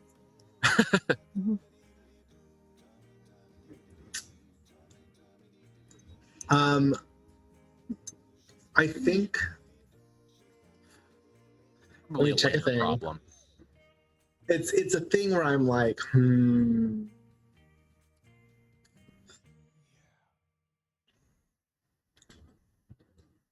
No, I don't want to do like too much. I think, yeah, like I'll let it go for now. Yeah. Maybe a note for later. A note for later. Yeah. To have like a little talk. Yeah. But yeah, like Matthew's most like the thing that Matthew most wanted to get through was, you cannot hide this from me. Yeah. And that was the goal. And whatever's got him in a good mood, he is in such a good mood that the boss noticing the sink full of blood did not ruin it. Yeah. We'll cross that bridge. Yeah. So, David's ready to go. Ladies, he seems energized, in a good mood. And also remember that he did get a chance to like really almost beat someone to death publicly like 2 days ago. Yeah. So as much as that was a long time for the players ago, like he might just still be, high on the gladiator pits. Mm-hmm. Oh yeah, and then being able to.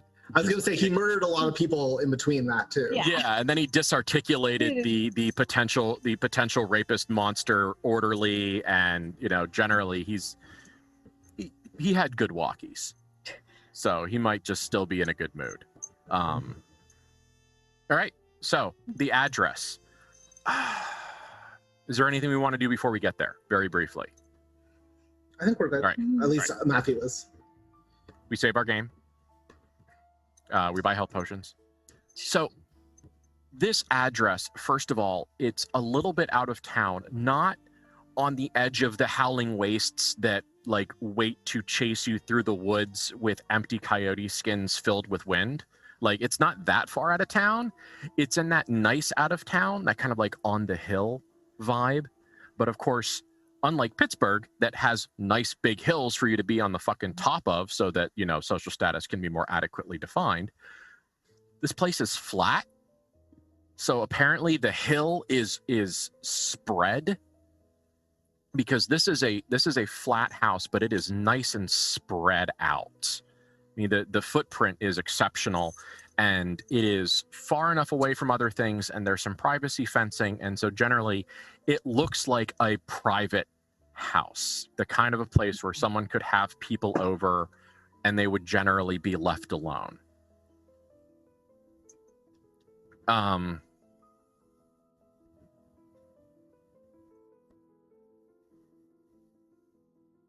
Bethany, the texture of everything here is wrong. Oh, goody. It is slippery. It is organically slippery, but it isn't like,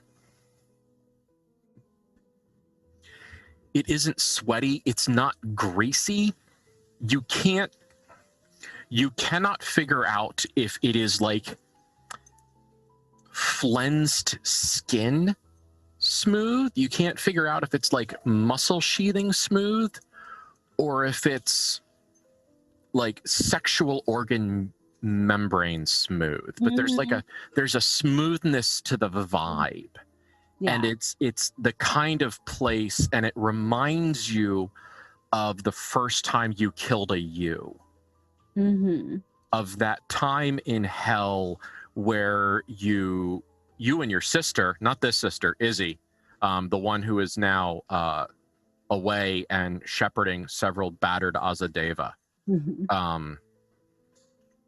where you and Izzy had a romantic / sensual encounter with a hellish copycat of you that was trying to be you. that you then turned the mechanism of Inferno against and chopped into pieces. Yeah. You really can't figure out if the vibe you're getting is the first half of that or the second half of that. Mm-hmm. Or if it's somewhere in the middle. Yeah. Sounds about right. But the house is there and you are greeted and someone opens the door and it's someone you've never met, probably a local somebody, you know, somebody who's famous to the people around here, not critical to the story. You know, they open the door, they've got like a hat, they've got like a I don't want to say like a straw hat, not like a Dixie hat, but they've got kind of like a Panama cap is probably the words I'm looking for. They've got a casual hat on and it's at a jaunty angle and it clearly doesn't match their shirt that they've got buttoned up, and they've got a big cigar in their mouth, and they clearly look like someone who's just having a grand old time. They open the door and there's laughing and cheering and you know, there's some activity, and it's a party. I mean, the first set of sounds you guys get is party noises. So if you imagine, if you've ever referenced like all the parties that Frank Sinatra had, that the Rat Pack had, all of those kind of like classic 1950s Americana bacchanals, very Kennedy. So just kind of that's the vibe you're kind of want to going for, where there's a lot of paid for people and there's a lot of people that pay for people and there's a lot of power moving around and there's a lot of blackmail being made, and it's a fucking thing, so to speak. Yeah. Or no, it's literally a fucking thing at some point. Absolutely. Like if there is a bed in the room, like whatever room there are beds in, people are having sex. This is clearly a party that has been going on for a while. There's been lots of alcohol consumed. There's been no small amount of drugs consumed. You know, vices are being indulged. And it's a very, yeah. What Clara, what you know about Mac, this is absolutely in trope. Yeah, Clara would have never put her hair back up after the shower, so I'm just pulling mine down real quick. But I want to can I massage and influence other role? Because Clara wants to come in and start as the life of the party and just be very charismatic and lovely, and yes, here for Mac, but we're also here to have fun, and we're new important people in town, and we are going to be very fun here. And depending on how the role goes, she either is her beautiful, wonderful, charismatic self or is trying a little too hard and a little too old. Yeah. Role influence other. Oh, okay. That's a 13. I think I've got 3, I think. 2 or 3. Yeah, 16. Okay. Yeah, I have charisma +3. Okay, so you get what you want. Yeah, she got sobered up enough that she is back on top of her game instead of her messy game that she thought she was on earlier. Okay. So yeah, this is in many ways kind of Clara's power location. Mm-hmm. All right. So now roll object of desire. Oh, yeah. Because if you want to come in and be the center of attention, then you are going to be the center of attention. Of course. And I know that we just rolled it before, but you know, it is a disadvantage that I decided to buy. Oh, it's a 15. So she's doing okay. Yeah. She's center of attention, but nobody's like, oh, that one now. Yeah. Yeah. Not like lethally. Yes. Yeah.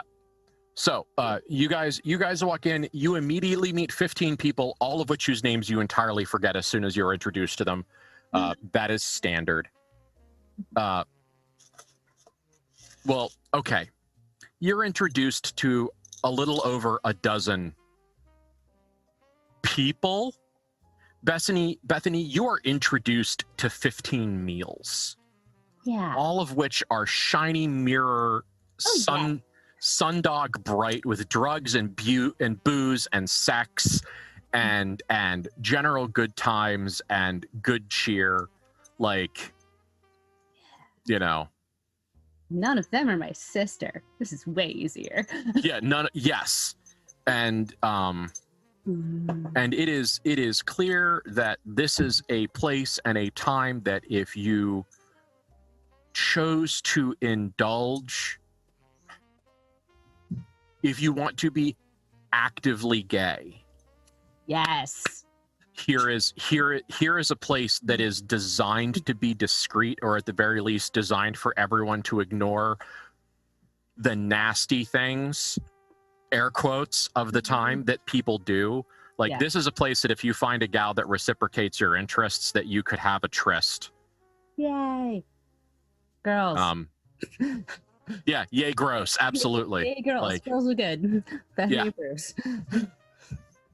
and of course, I mean, Mhm. Matthew and Clara also have the same options. Mhm.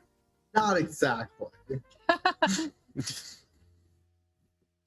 They're there. I mean, the repercussions are different depending on the sibling, but they're there. That is true. No, we're working, but we could, but we're working. Yes.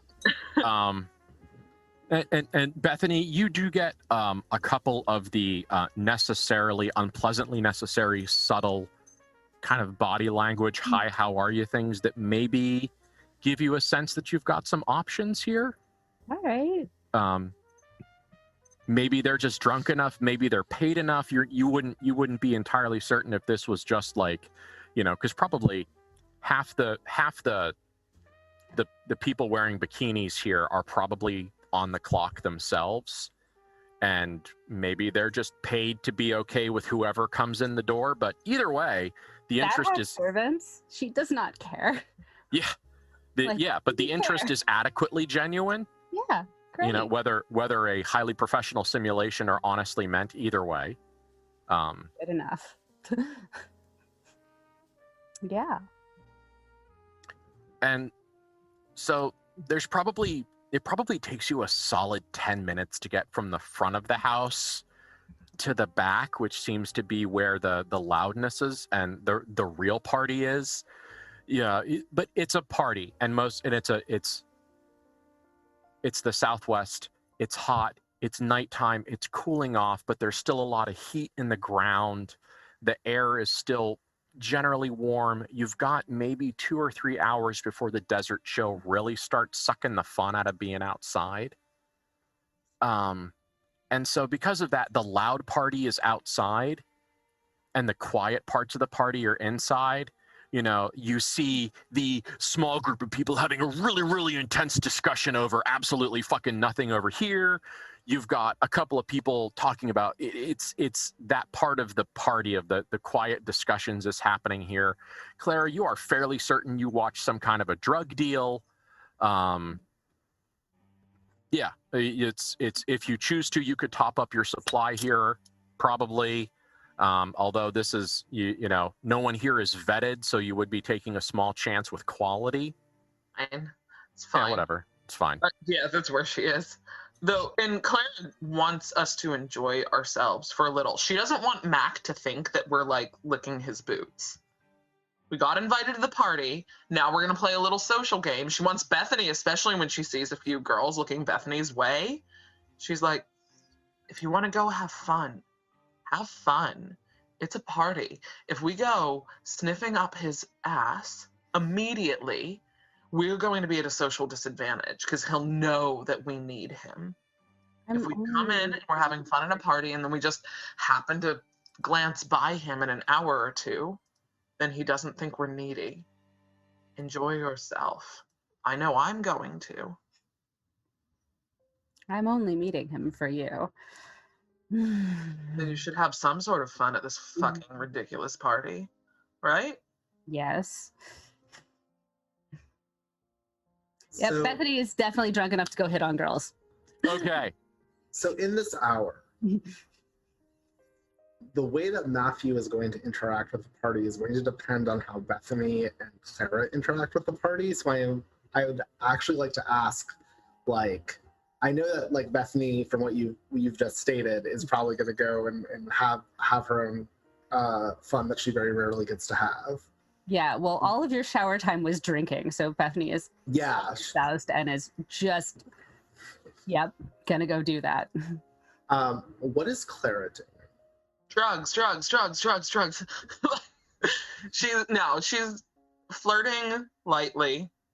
She is not getting handsy with anybody because she's just sober enough to not be doing that in front of Matthew.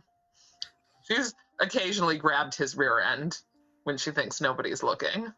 Having drinks, talking to people, meeting anybody else who's in the show business. So she's actually working the room a little, going, hey, I'm starting this review. I don't know if anybody around here is looking for work, but I'm looking for quality people, and Mac invited me. And also looking for drugs. She would like to up her supply. She doesn't really care about quality right now. So that's what she's doing over the next hour and a half, is hobnobbing and looking for her fix. Okay. Okay. I'd like to do an influence other role, because it's the question of, can Matthew navigate this as a like unattached guy without coming off as someone who is a prick? Ooh. Because that is an issue. A twoo challenge. Yeah, actually, like in this environment, to continuously rebuff advances is actually kind of weird. And I want to try to see if he is able to do that with like enough finesse. Conversely, I have an entirely awful question. Yep. Clara fucked a guy to achieve goals. Yep. If you felt revengey, this would be a great situation to have a counter fuck measures.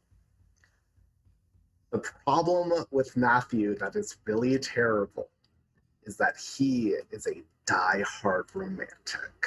Oh no. Which is why he gets real upset about all this bullshit. And also why I feel really bad for his ex-wife. Yikes. That's a whole thing. It is. Like, we've from context for people of like the season 1 scenario, like Matthew has been presented from previous times with people who have been there and offered themselves, and his reaction to it has been not great. Yeah. So that's why I'm actually like, ooh, this is actually one of his, in a weird way, flaws in this context. Yeah. I mean, influence other is adequate. It's plus charisma. Yeah, that was surprisingly good. I rolled a 15, so he's at a solid 18. So he navigates it surprisingly well. Yeah. Which, good job, Matthew. I guess you got practice. Like a lot of it is that sort of thing of like showing enough interest that like, and as someone who's queer myself, it's hard to say, but like, so that people don't think he's gay, because it's the 50s. Like showing enough interest that it's clear that he is, but not so much that it is a situation where he's going to need to follow through. Yeah. It's like turning down drugs only because it's just not the right time. Maybe later. As opposed to actually being straight edge, like, ooh, what is that? Heroin? Oh, maybe not tonight. Yeah. I gotta take the train home. I'll sleep through my stop.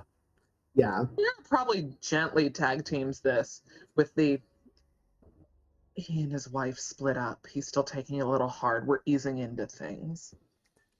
Oh God. Okay. So yeah, fine. It's a terrible time. The worst. Yes. Fun. I think Bethany's having fun for the moment, I hope. Bethany's always having fun. Let's quick. Should be having fun for once in her life. Yeah, Please. Bethany, how much fun are you having? Are you having bedroom fun? Are you having pool fun? Oh, Like- probably bedroom fun. She's still a shy bean.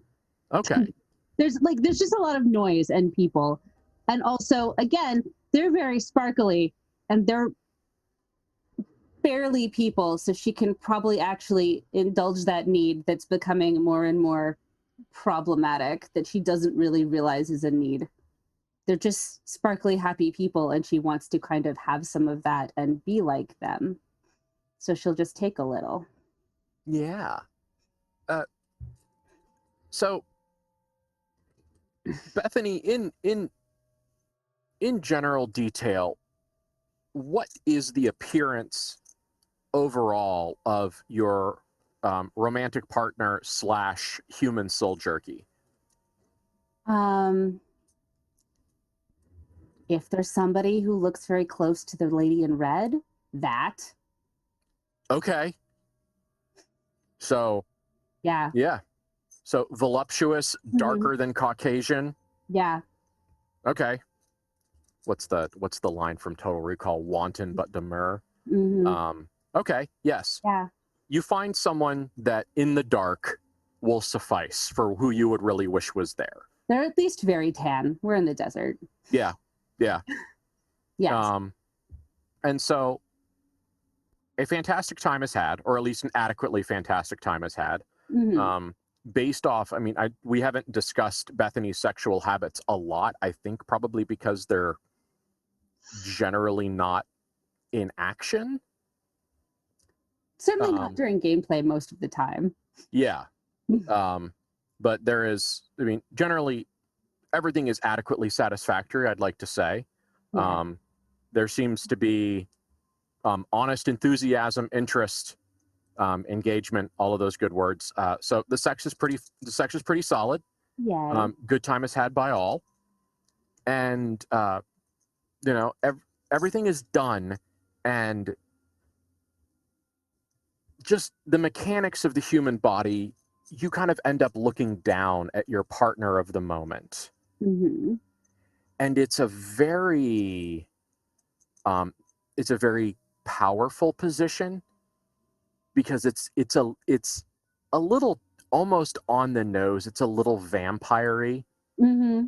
You know, kind of like their head is thrown back. They're like, there's a sheen of sweat on them. They're very content. They're breathing a little heavy. You can see all of the biomechanics of the neck and the top of the chest, and the head and the jaw are moving. And it would be so easy. And the thing is, Bethany, you put most of that shine there. Mm-hmm. That was you. You put that there. So really, if you take that shine, that little those little minnowy ripples of post-orgasmic bliss, if you took some of those back, really, is it stealing? When you give it to the person, is it really stealing? Just a few. Just a little bit. They'll make more. Mm-hmm. Yeah. I can help. Sex is a renewable resource. Mm-hmm. Jeez. No, that's not called soul eating. That's called thirst. Mm-hmm. Let's find the thing. That's like a whole new way of using thirsty. Right. I know my PDF wants to go so slow. It's soul thirst. That's the one. I got it. Okay. Okay. So if you can consume up to one whole person's stability. Mm-hmm. This is a brutal and unkind consumption. This is not nice. This is a inhuman thing. How much stability is Bethany gonna take? Only a little bit. Like, one, Bethany is currently as stable as she can be. It's not like it's going to help her in any way. Yeah. It's just for the noms. She's hungry and doesn't understand what it is or why. And Claire's been the only shiny thing around. And she hasn't been fixing her sister. But here are all these very, very shiny, happy people. And she has just made a person very happy, and she just wants to share it. I mean, take some back. Yeah. Okay, so 2, you want Sure. to say? A little Okay. bit, yeah. Nothing damaging, enough that this is very memorable and maybe it will never be as good again for this person ever. How about that? Yeah. That much. That may be what Bethany hoped had happened. Yeah. So, does she do anything physically? Is there a physical component to this soul thirst, or is this all just auramancy? I mean, I think that it's mostly auramancy, but there are like affectionate gestures that are happening. Like she's like petting her hair and like gives her a kiss. And like it's just being generally like post-coitally affectionate, but something in the like, you're so beautiful, oh goodness, Okay. of that steals it away. So you begin kind of this act of caressing, Mm-hmm. and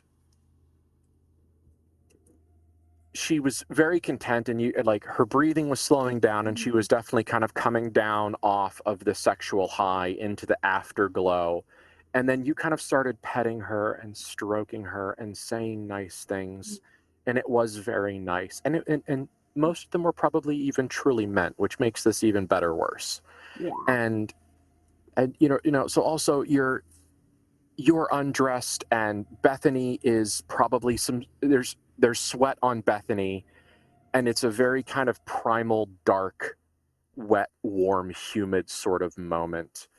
And as you stroke her hair and her face, and as your hand travels and you kind of luxuriate in her, and you say these things and you trace the parts of her body where this energy that you're about to take back from her lives, the connection of body and soul, and you can feel and watch her breathing start to increase a little bit again.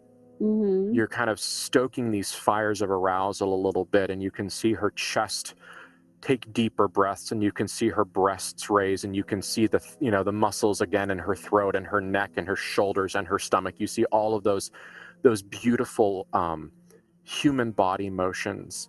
And then as you start to take, her breathing gets faster, and there's just a couple seconds where you go, oh, she's going to enjoy this. And you imagine something very Stokerish. Mm-hmm. Something very like the Ravishing of Lucy sort of vibe. And then you see the panic start to rise in her eyes as she feels something being pulled away from her. And when you pull the pieces out, you realize that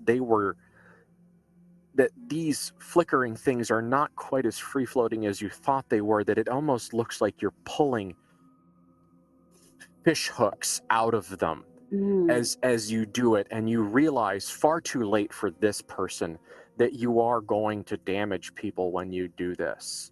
Maybe not a lot. She'll probably sleep it off, or maybe she'll just think it was some rough, weird, queer sex. But there is power, and there is agony, and there is a lot of really good stuff. And Bethany, I mean, you got to have a satisfying sexual encounter with the gender of your choice, and that's always a good time. Yes. And then you got your hit. You got the good stuff, and you got to take these fragments of soul, of post-coital bliss, of satisfaction, of attraction, of all of these pieces of someone, and you got to kind of drink them down like the coolest spring water. If someone could silver plate spring water, that was the feeling that you would get. If someone could liquefy diamonds but still keep them at exactly frosty 34 degrees, that's what you taste. It's beautiful and cool, but warm and metallic, and it's not organic, and that's so nice, because meat, as much as this meat is nice, meat is generally a problem. So this really fantastic, inorganic, metallic, flickering like the metal from Metropolis thing that you drink down, that you took from her, is really great. And she almost opens her mouth to scream, but Bethany, do you stop her? Yeah. Do you stop her with a kiss or with a fist? Oh no, it's a kiss. And she screams into your mouth. And that's the last piece you take, is that scream as you suck it right out of her lungs. And it's so funny because just 5 minutes ago, you screamed into her mouth. Mm-hmm. And now everything is symmetrical. And isn't that just so very nice? Yeah.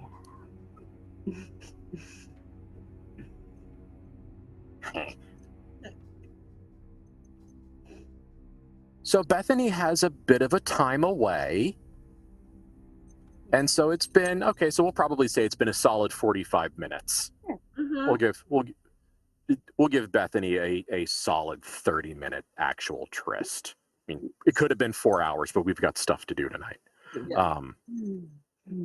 And so Bethany, as you come out of this bedroom, because you're going to come out of the bedroom first, because this lady is going to lay here and just process that trauma for at least another hour. Yeah. So you gently pull the bedroom door shut, and that kind of like, we're just going to leave that there. Yep. And so when Bethany comes out, what do her siblings see? Because this is the first time essentially that since when? Since Inferno? Daddy died? How long have you been building up to this soul thirst? Since the Phoenix Society? I mean, she did take her doppelganger soul and consume all of that. Mm-hmm. So that was then. That's the latest soul consumption. Eating yourself, I mean, it's... Yeah. That was priming the pump. That was just... Yeah, it was just that. It's been, very long time, if ever, for the other people, really, that were around. So how much does Bethany reset her appearance? Like, do you run, do you bring a brush with you, or do you just run your fingers through your hair? Fingers. Probably, like, if she's there, there's a bathroom off to the side, and, like, some water, some finger comb with water through her hair. You know, put her clothes back on. Okay. Wander back out, looking vaguely put back together. Matthew is probably aware that something went down with Bethany, and you might be maybe willing or unwilling to intuit what exactly Bethany did for a half an hour off camera. I know what Bethany do. Okay.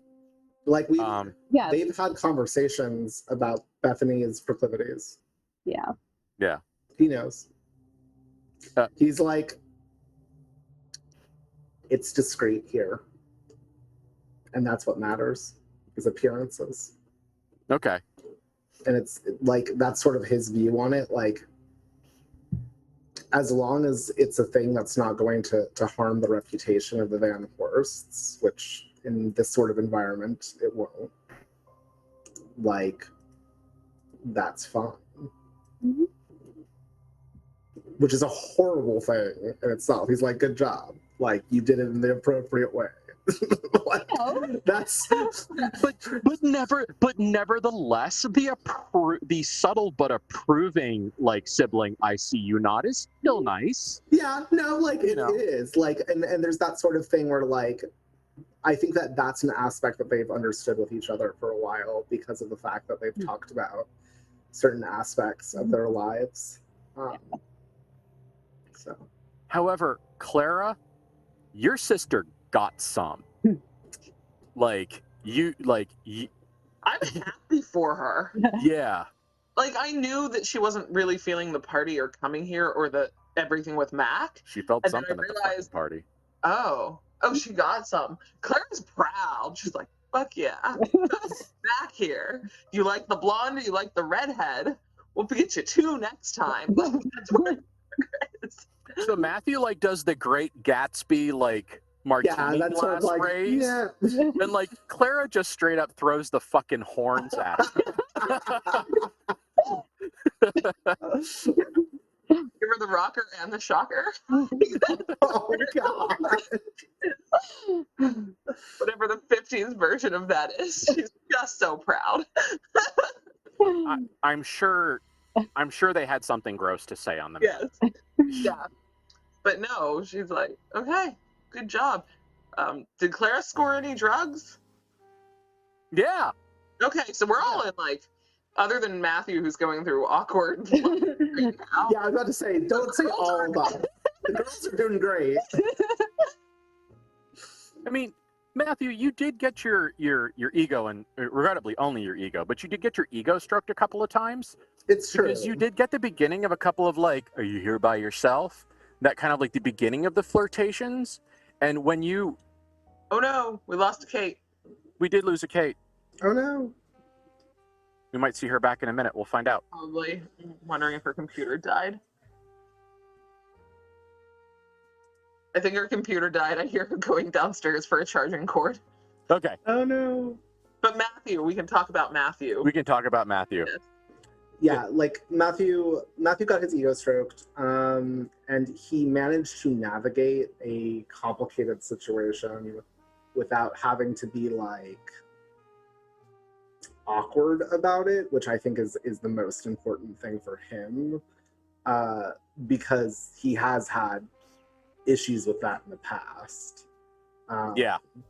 Like ever since he kind of lost in some ways the protection that being married had for his affair, which is its own problem there. Like he's had to navigate being a powerful young single man in the 1950s who's not active with anyone that is known. And Yeah. I'm sure that has been kind of fraught in its own way, because a lot of the way that he needs to be seen as a powerful businessman is like a red-blooded American. Yes. That's And a whole thing. Yes. You have to be a steak-eating, whiskey-drinking, entirely heterosexual, communism-hating, extremely capitalist, church-going, red-blooded American male at this point. Yeah. Yep. And that is technically all accurate for him, but also problems. Kate just made it back, and now we're going to rearrange again, and it is okay. Also, this is why you pay your off-curtain people really, really well. Yes. You've heard us. Thank you. Thank you. Because there are almost everyone on the screen right now, just to pause for a moment, almost everyone on the screen right now is in some way, shape, or form in a business that is either stage related or very like public facing.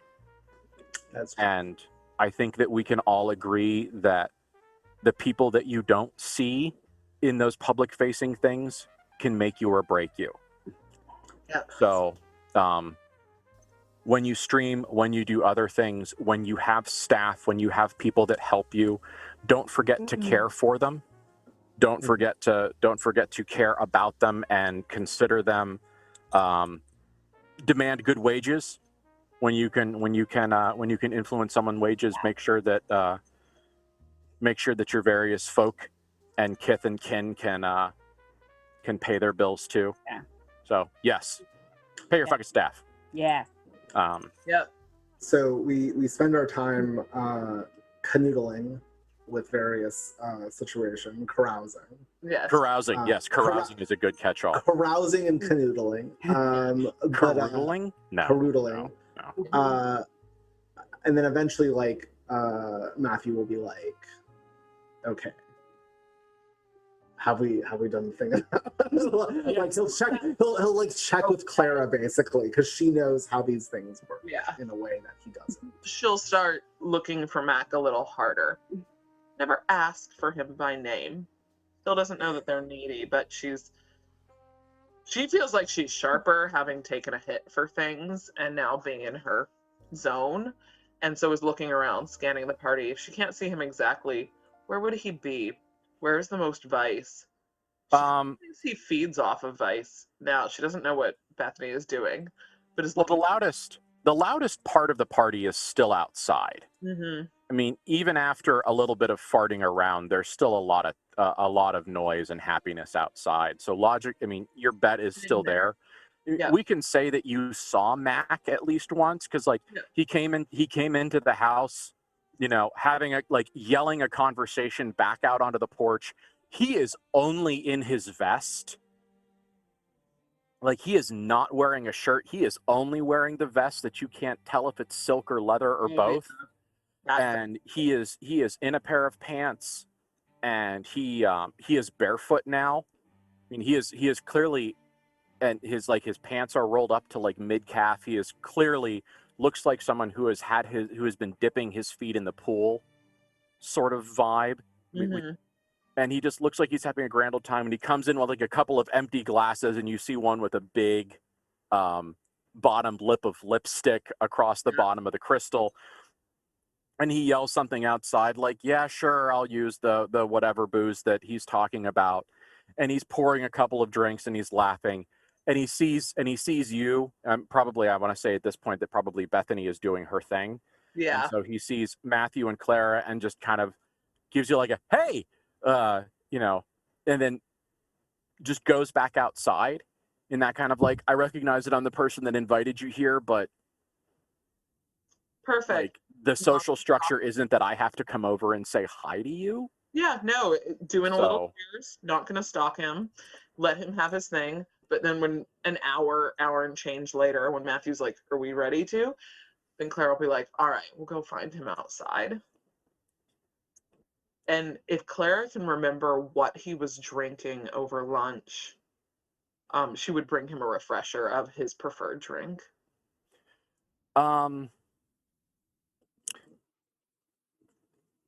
You know what? I have a reference for him, and I'm going to look at it before I answer that. I was going to say, if Ben doesn't know, I know what he probably would, but...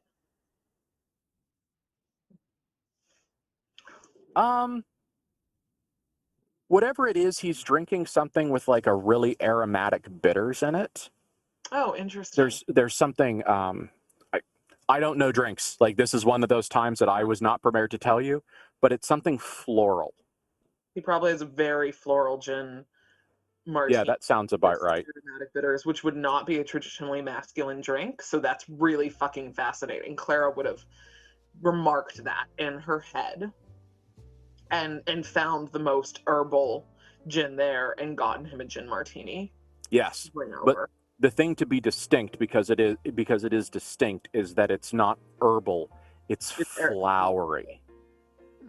It's over here in the bright sugar, sweet high notes. It's not over here in the. It's not pine. It's not cardamom. It's over here. Yeah, in the 50s, they probably would have had some elderflower bitters. Elderflower was used a lot, and through bartending, and probably vanilla notes of things. So cool. Yeah, elderflower was the word your Swedish American storyteller was trying to find in his head. Yeah, elderflower is delicious. Elderflower liqueur is so good, especially with gin. Yeah, exactly. Yeah. So that is what she has brought him as she's. Oh God, he has a French 75, doesn't he? Jesus. Okay, so we're 2 for 2 on making him look up drinks. Okay, French 75 is exactly what you want. Yeah, like, it is exactly what you are describing. It's gin and elderflower liqueur and champagne, like gin and sugar, like, and lemon. Yeah. Okay, can I have that one sometime? Yeah, because that's sure as hell what I want to drink. Yeah, I accidentally reinvented it one New Year's when we ran out of club soda. Nice. Yeah, I'm here for that. All right. Yeah, I'll drink like Mac Prince, whatever. Yeah. So here's a quick question. Yo. It is 10:52. Yes. We are just about to see Mac Prince. And I absolutely have a okay, that's what I was going to check. You and all of you on Twitch up real bad. Okay, I'm excited then. Yes. I just wanted to mention the time.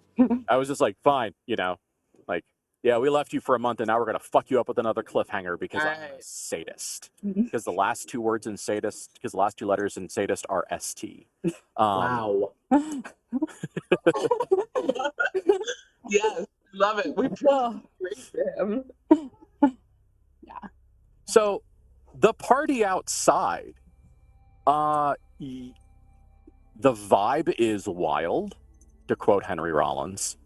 At first glance, it seems like everything's fine. There's some bikinis. There are some masculine bodies, and they're wearing like the shorts and the I guess I want to imagine like the short sleeve button down shirts, kind of like the beach party wear. There's a couple of that. There's clearly some people that are dressed a lot like Matthew, where they seem to have they left their coat at home and rolled up their sleeves and took off their tie. So Matthew doesn't look out of place. I mean, and this is so yay. There's some gals in bikinis. There doesn't seem to be a bartender, and so it's a little bit more of an informal like there. Now the kitchen is a bar with an oven in it. I mean, this is Clara's kitchen, so it's mostly ways of mixing booze and of reheating things. But outside, the pool is modern for the time. It's lit. It's gorgeous. And the thing that's really, the first thing that super like grabs you is the heavy floral scent that hits you when you come out. There is an explosion of bright flowers out here. Is it floral in the way that the Delphi stuff was floral? Like, not Delphi, but like the hospital stuff was kind of like floral, or is it a different kind of floral? No, that was a different kind of. Okay. That was maybe I'm using the same word too much, and for that I apologize. Sometimes I like certain ideas and they get stuck. No but worries. This is living plant. Okay. This not is actual mushroom, different type of. Yes, yeah. That's not. This is living plants with pollen and stamens and the whole 9 yards. And there is kind of like these riots of beautiful flowers, and the pool area is beautiful, and there's ashtrays in a bunch of places, and there's people sitting around, and there's people talking. And you kind of you at that perfect moment, because we're in control of the camera, a gal like laughs and does the like hand on the throat, head back and laugh thing while she's holding a martini glass. And there's a couple of guys over here just like telling a dirty joke and laughing. But then sort of like you go out and there's the pool right in front of you, because clearly what you want to do when you go through this house is you go through the front of the house and then you go through the kitchen. And when you walk out, what they want you to do is they want you to see the pool. That's the shot that the realtor wanted you to see. And so you get the shot and you see all of the people. And then over to the right-hand side, so it's kind of running along the side, the back of this very big sprawled out like ranch style house, is what clearly is intended to be the patio, the grill area, the party place.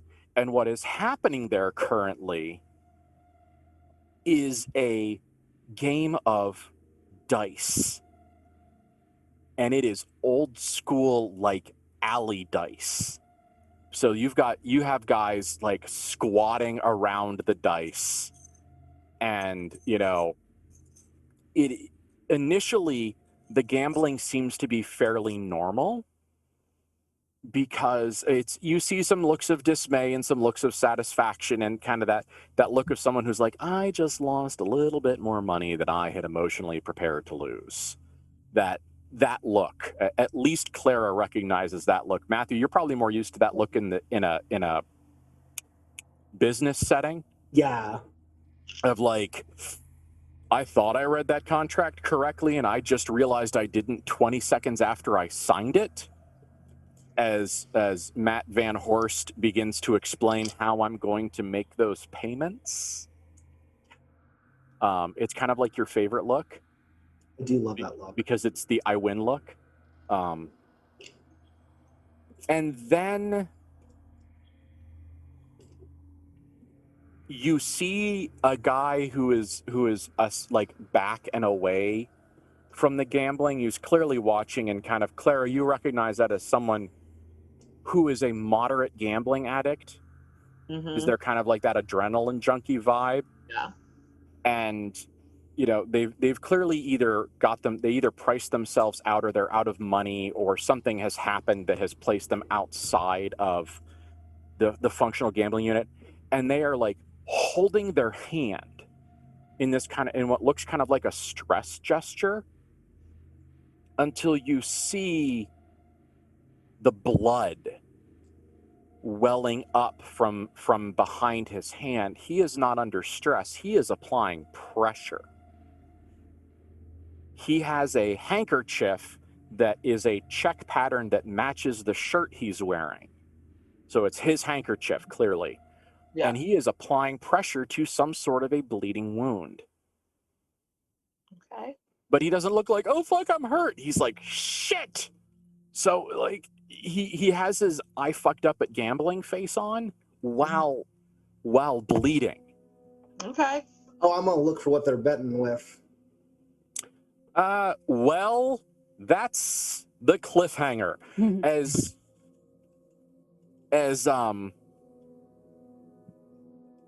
the dice roll, the scene twists as the dice roll. The scene goes from a pool party to something else. There's stone and onyx, and there's a feeling of wet jungle around you, and the water evaporating off the pool and the desert heat. There's so much evaporation you can almost kind of feel the humidity, and for a moment it's relaxing. And Mac laughs, and his voice is thick. And this is the first time that at least two of you have heard his voice in like full humor, as opposed to his extremely regulated I am a boss voice. And it is thick and rich and chocolatey and smoky and decadent. And it's just like, it's a really good voice if you need a voice to sound like Vice. And he's laughing and he goes, don't worry, almost everybody starts with 2. And he throws his head back and laughs as he tucks a bleeding, freshly severed human ear into the pocket of that leather vest like a pocket square. And as he laughs, he rolls his head to the side, and he's all happiness and joy and sensuality, less sex, but just more joy of existing. And he laughs to himself, and he laughs at you and maybe with you. And he says, there you are. Come on. Let's play a real game.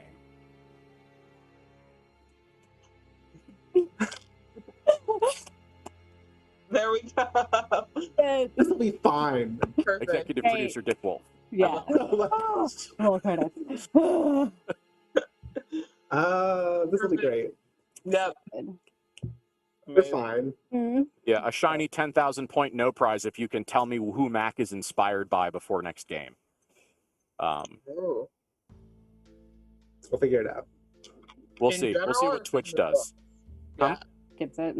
We'll see if anybody on Twitch gets it. PM me, and we'll see. So like looks through it. Yeah. But that was Okay. good. I know that we spent a lot of time at the beginning kind of doing some OC negotiation stuff, but I still had a lot of fun with RP and stuff like that. Yeah. I have no problem with us taking a half an hour at the beginning of game to do that. One, because we did miss a game. Yeah. And so I felt like it was a good way to recalibrate, to like get back into the swing of it. And also, when we talked about doing the stream, one of the things that we said we wanted to do is we wanted to showcase all of the good parts of a game. So we wanted to showcase safety mechanics and negotiation and consent and boundaries and everything else. And I feel like a rehash and where exactly do the players want to go and how do we execute that in game I feel like that was as valid of a piece of a conversation as anything about, reds and yellows and boundaries and comfort and everything else. And so I was perfectly content showcasing some of that, because, sometimes people, it's amazing what you get to learn and what you get to see and what you get to show, So How much more you can make out of what stories you are telling if you take a half an hour to gently steer and guide, instead of being like, no, we've got to do it all off the cuff, and if we're not all on the same page, it doesn't matter. We'll just see what happens. Yeah. So I feel like you get more quality story if you take a little bit of time, even if we're not planning like this is gonna how we succeed and this is how we go forward. We're just planning a gentle direction of where to go. It means nobody's at odds with each other. I mean, I'm just gonna say, Erica, I feel like with us, it's more like we're not planning how we're gonna succeed. We're planning exactly what ways we're gonna fail. Yeah. But like ethically.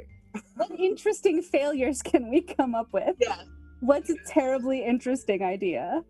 It's not terrible. Usually when it comes to like, and I'm going to say Dungeons and Dragons. Now, first of all, I love fucking Dungeons and Dragons. I've been playing it since I was 12. So when I talk about Dungeons and Dragons and describing it, it is with love.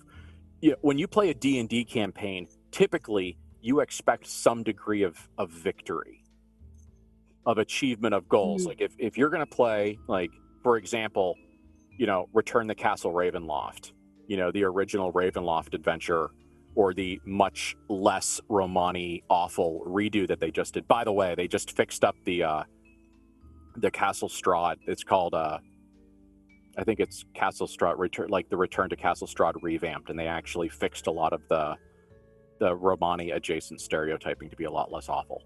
They also gave it a very punny name, which I'm a fan of. Yeah. And I absolutely spent too much money on the giant coffin-shaped box that's currently upstairs that I'm choosing not to read because I'm hoping someone will run it for me. So, like, when you play D&D, like, yes, we're going to win. Like, we're going to defeat Strahd, or we're going to die trying, or we're going to beat Tiamat, or we're going to do this, or we're going to do that. Like, whatever it is, generally, if there is a major storyline, you expect to have some degree of victory, maybe at what cost, or maybe, it's a TPK at the final boss and the world ends or whatever. But generally one can expect a victory. I honestly don't know if the Van Horsts are going to keep their shit together long enough to achieve their goals. What is victory? Yeah. Yeah. Like it's an interesting thing because I think that the players will achieve our goals, and our player goals are that we're going to tell a very intense emotional story. But what that's going to look like is really up in the air for a lot of reasons, and I'm very excited about that. Yeah. And I think it works well with KULT, because KULT in itself is not a game that is necessarily about your character achieving their goals so much as your character experiencing something, right? Yes. That is kind of what I have been able to glean best from it, which I appreciate. Yeah. And if these guys are going to fail, they're going to fail so beautifully and wonderfully and in like 1080 4K HDef slow motion, like, release the Van Horst cut. It's, it's going to be loud and bright and terrible. So. Can I say before we go, the absolute hardest part of tonight was hearing the party being described, and how much because I'm an extrovert and I'm a charismatic person, kind of, how much I missed that. I was like, such a good job of describing a bright, loud, beautiful, slightly too inebriated, but wild, populated party. And I'm like, that's where Erica thrives often. That's part of the reason I'm playing Clara. I'm playing very, very close to home, minus the heroin.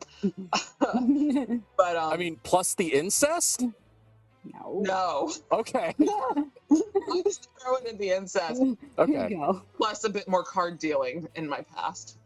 But yeah, it just it was a beautiful description of a party. But I was like, that was one of the first times that descriptions in this game got to me. It was just like, oh, that hurts. I miss that so much. So good job. Good job. Yeah. You're welcome. I'm sorry. Yeah. Yeah, I think we're all, especially because we're all of us are LARPers. We all miss also just like going out and interacting and having interactions in person. Yeah. So I feel you very heavily on that. Like, I miss parties a lot. It was so good. It was real good. It was real good. It was a real good description. Yeah. I don't. They're loud and full of people. I mean, You describe them so well for someone who doesn't like them. We can all describe our hells. it's gonna be like, I'm also an introvert. I like how there's like poor me and like Erica crying over in the corner. No, there's a part I was like, oh, there's a quiet part of the party. Bethany will not die. Okay. Oh, I miss people. I just miss a small alphabetical enumerated list of people, not people as a concept. I also occasionally do enjoy a party, but there are many things that come into place before I'm a person who will enjoy them. And if they're not there, then I don't. Yeah. Because I very much enjoy in that fashion are particular and special. Yes. There's an adorable for the stream and everybody. The kittens were very good because they have been sleeping directly behind. Can we get to see them? Yeah. Oh. Just sleeping, watching everything. So that is my That's very... directly behind. That's very sweet. Wait. I have to show mine now. You do yours and then I'll do. Yeah. We're 4 cats now. Oh, hello, Diane. Oh God. It's Diane from HR. There's Diane from HR. And then here, right by the computer, here's Ziggy. You might have noticed him a little bit. His paw is on my computer because he's so helpful. Yes. So the cats of the stream. Those are all, almost all Parties. captains up on a thing. There you go. There's 3 out of 5 cat or 4 out of 5 cats that are. I have a sword. Too. Sword's great. Swords are great. I can put it on the computer. Yes, I don't know. My streaming setup is literally next to my LARP storage, so I've got like painted Nerf blasters and multiple swords and leather that I really should have turned into armor already, and a bunch of other stuff. You got time, so much sadly. stuff. So, Yeah. guys, I think we're gonna say goodnight, but before we do, we want to say thank you to Helmgast. Always, if you want to know more about the game, go to cultdivinitylost.com. Check out the Discord. It's full of cool people like us. There is a shitload of cool stuff on this channel. Subscribe to this channel, please. The schedule is up there. Check it out. There's stuff out there almost every day. TTRP Theater, they're on Facebook. They're on Twitter. They're on Instagram. If there is a social media thing, TTRP Theater is there. Follow them. They'll tell you everything you need to know. And it's a bunch of good stuff. Like I said, I've never encountered a bad show on here. I've never, like, any of the media stuff that they've put out there, I've always enjoyed watching it. So, you know, you should too. So once again, guys, we did it today. We showed you on purpose. Do your safety mechanics, do your check-ins, do your negotiations, have fun. You know, ensuring the safety of the players is how you ensure the torment of the characters. And this is a medallion from the Mutant Chronicles tabletop RPG that I got on retail, that I got on sale like 1,000 years ago. And I wasn't sure what we were going to do tonight. And one of the things that we did tonight might have required a giant, terrifyingly large brass medallion. So I decided to keep my brass medallion with me. And then I went, oh my gosh, this is a perfect fidgeter thing because it's got all of these textures and it's got a chain. And so it just never left my side. This is my cat. Yeah, the Dark Legion. Yeah, okay, this is my cat because that's the Dark Legion. There you go. So yes, that's it. Drink your water, wear your mask, take your vaccines. Don't lose your vaccine card like I did. Oh no. I already figured out how to get it. Like, okay, I'm like, no. It's an inconvenience, not a disaster. I'm not the first person to do it. Yeah, I'm sure. Yeah, sure. So, but yeah, that you don't have lose your one. vaccine card. Yeah. So there's more cool stuff coming. I'm not going to tell you about all of it, but there's someone that you guys don't see. He makes almost everything happen on this channel. His name is Curtis. He is the coolest of beans. And he works really, really hard to make everybody on here look really, really good. day in and day out. So, you know, yeah, you can go talk to him about it tomorrow at noon. That's what he just told us. So, you know, it's the people whose faces you see always love being told if you liked something or if you didn't like something. But the people who do things like make art and do lead-ins and lead-outs and clip things and make previews, like and do all of this cool shit, like this stuff over here, and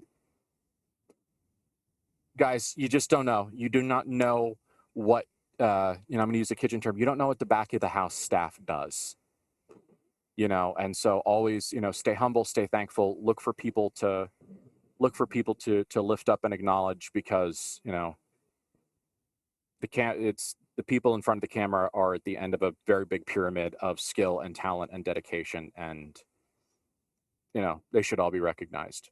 So Curtis, thank you for doing all of the work that you do for us. I mean, we see it, we recognize it, and we thank you for it.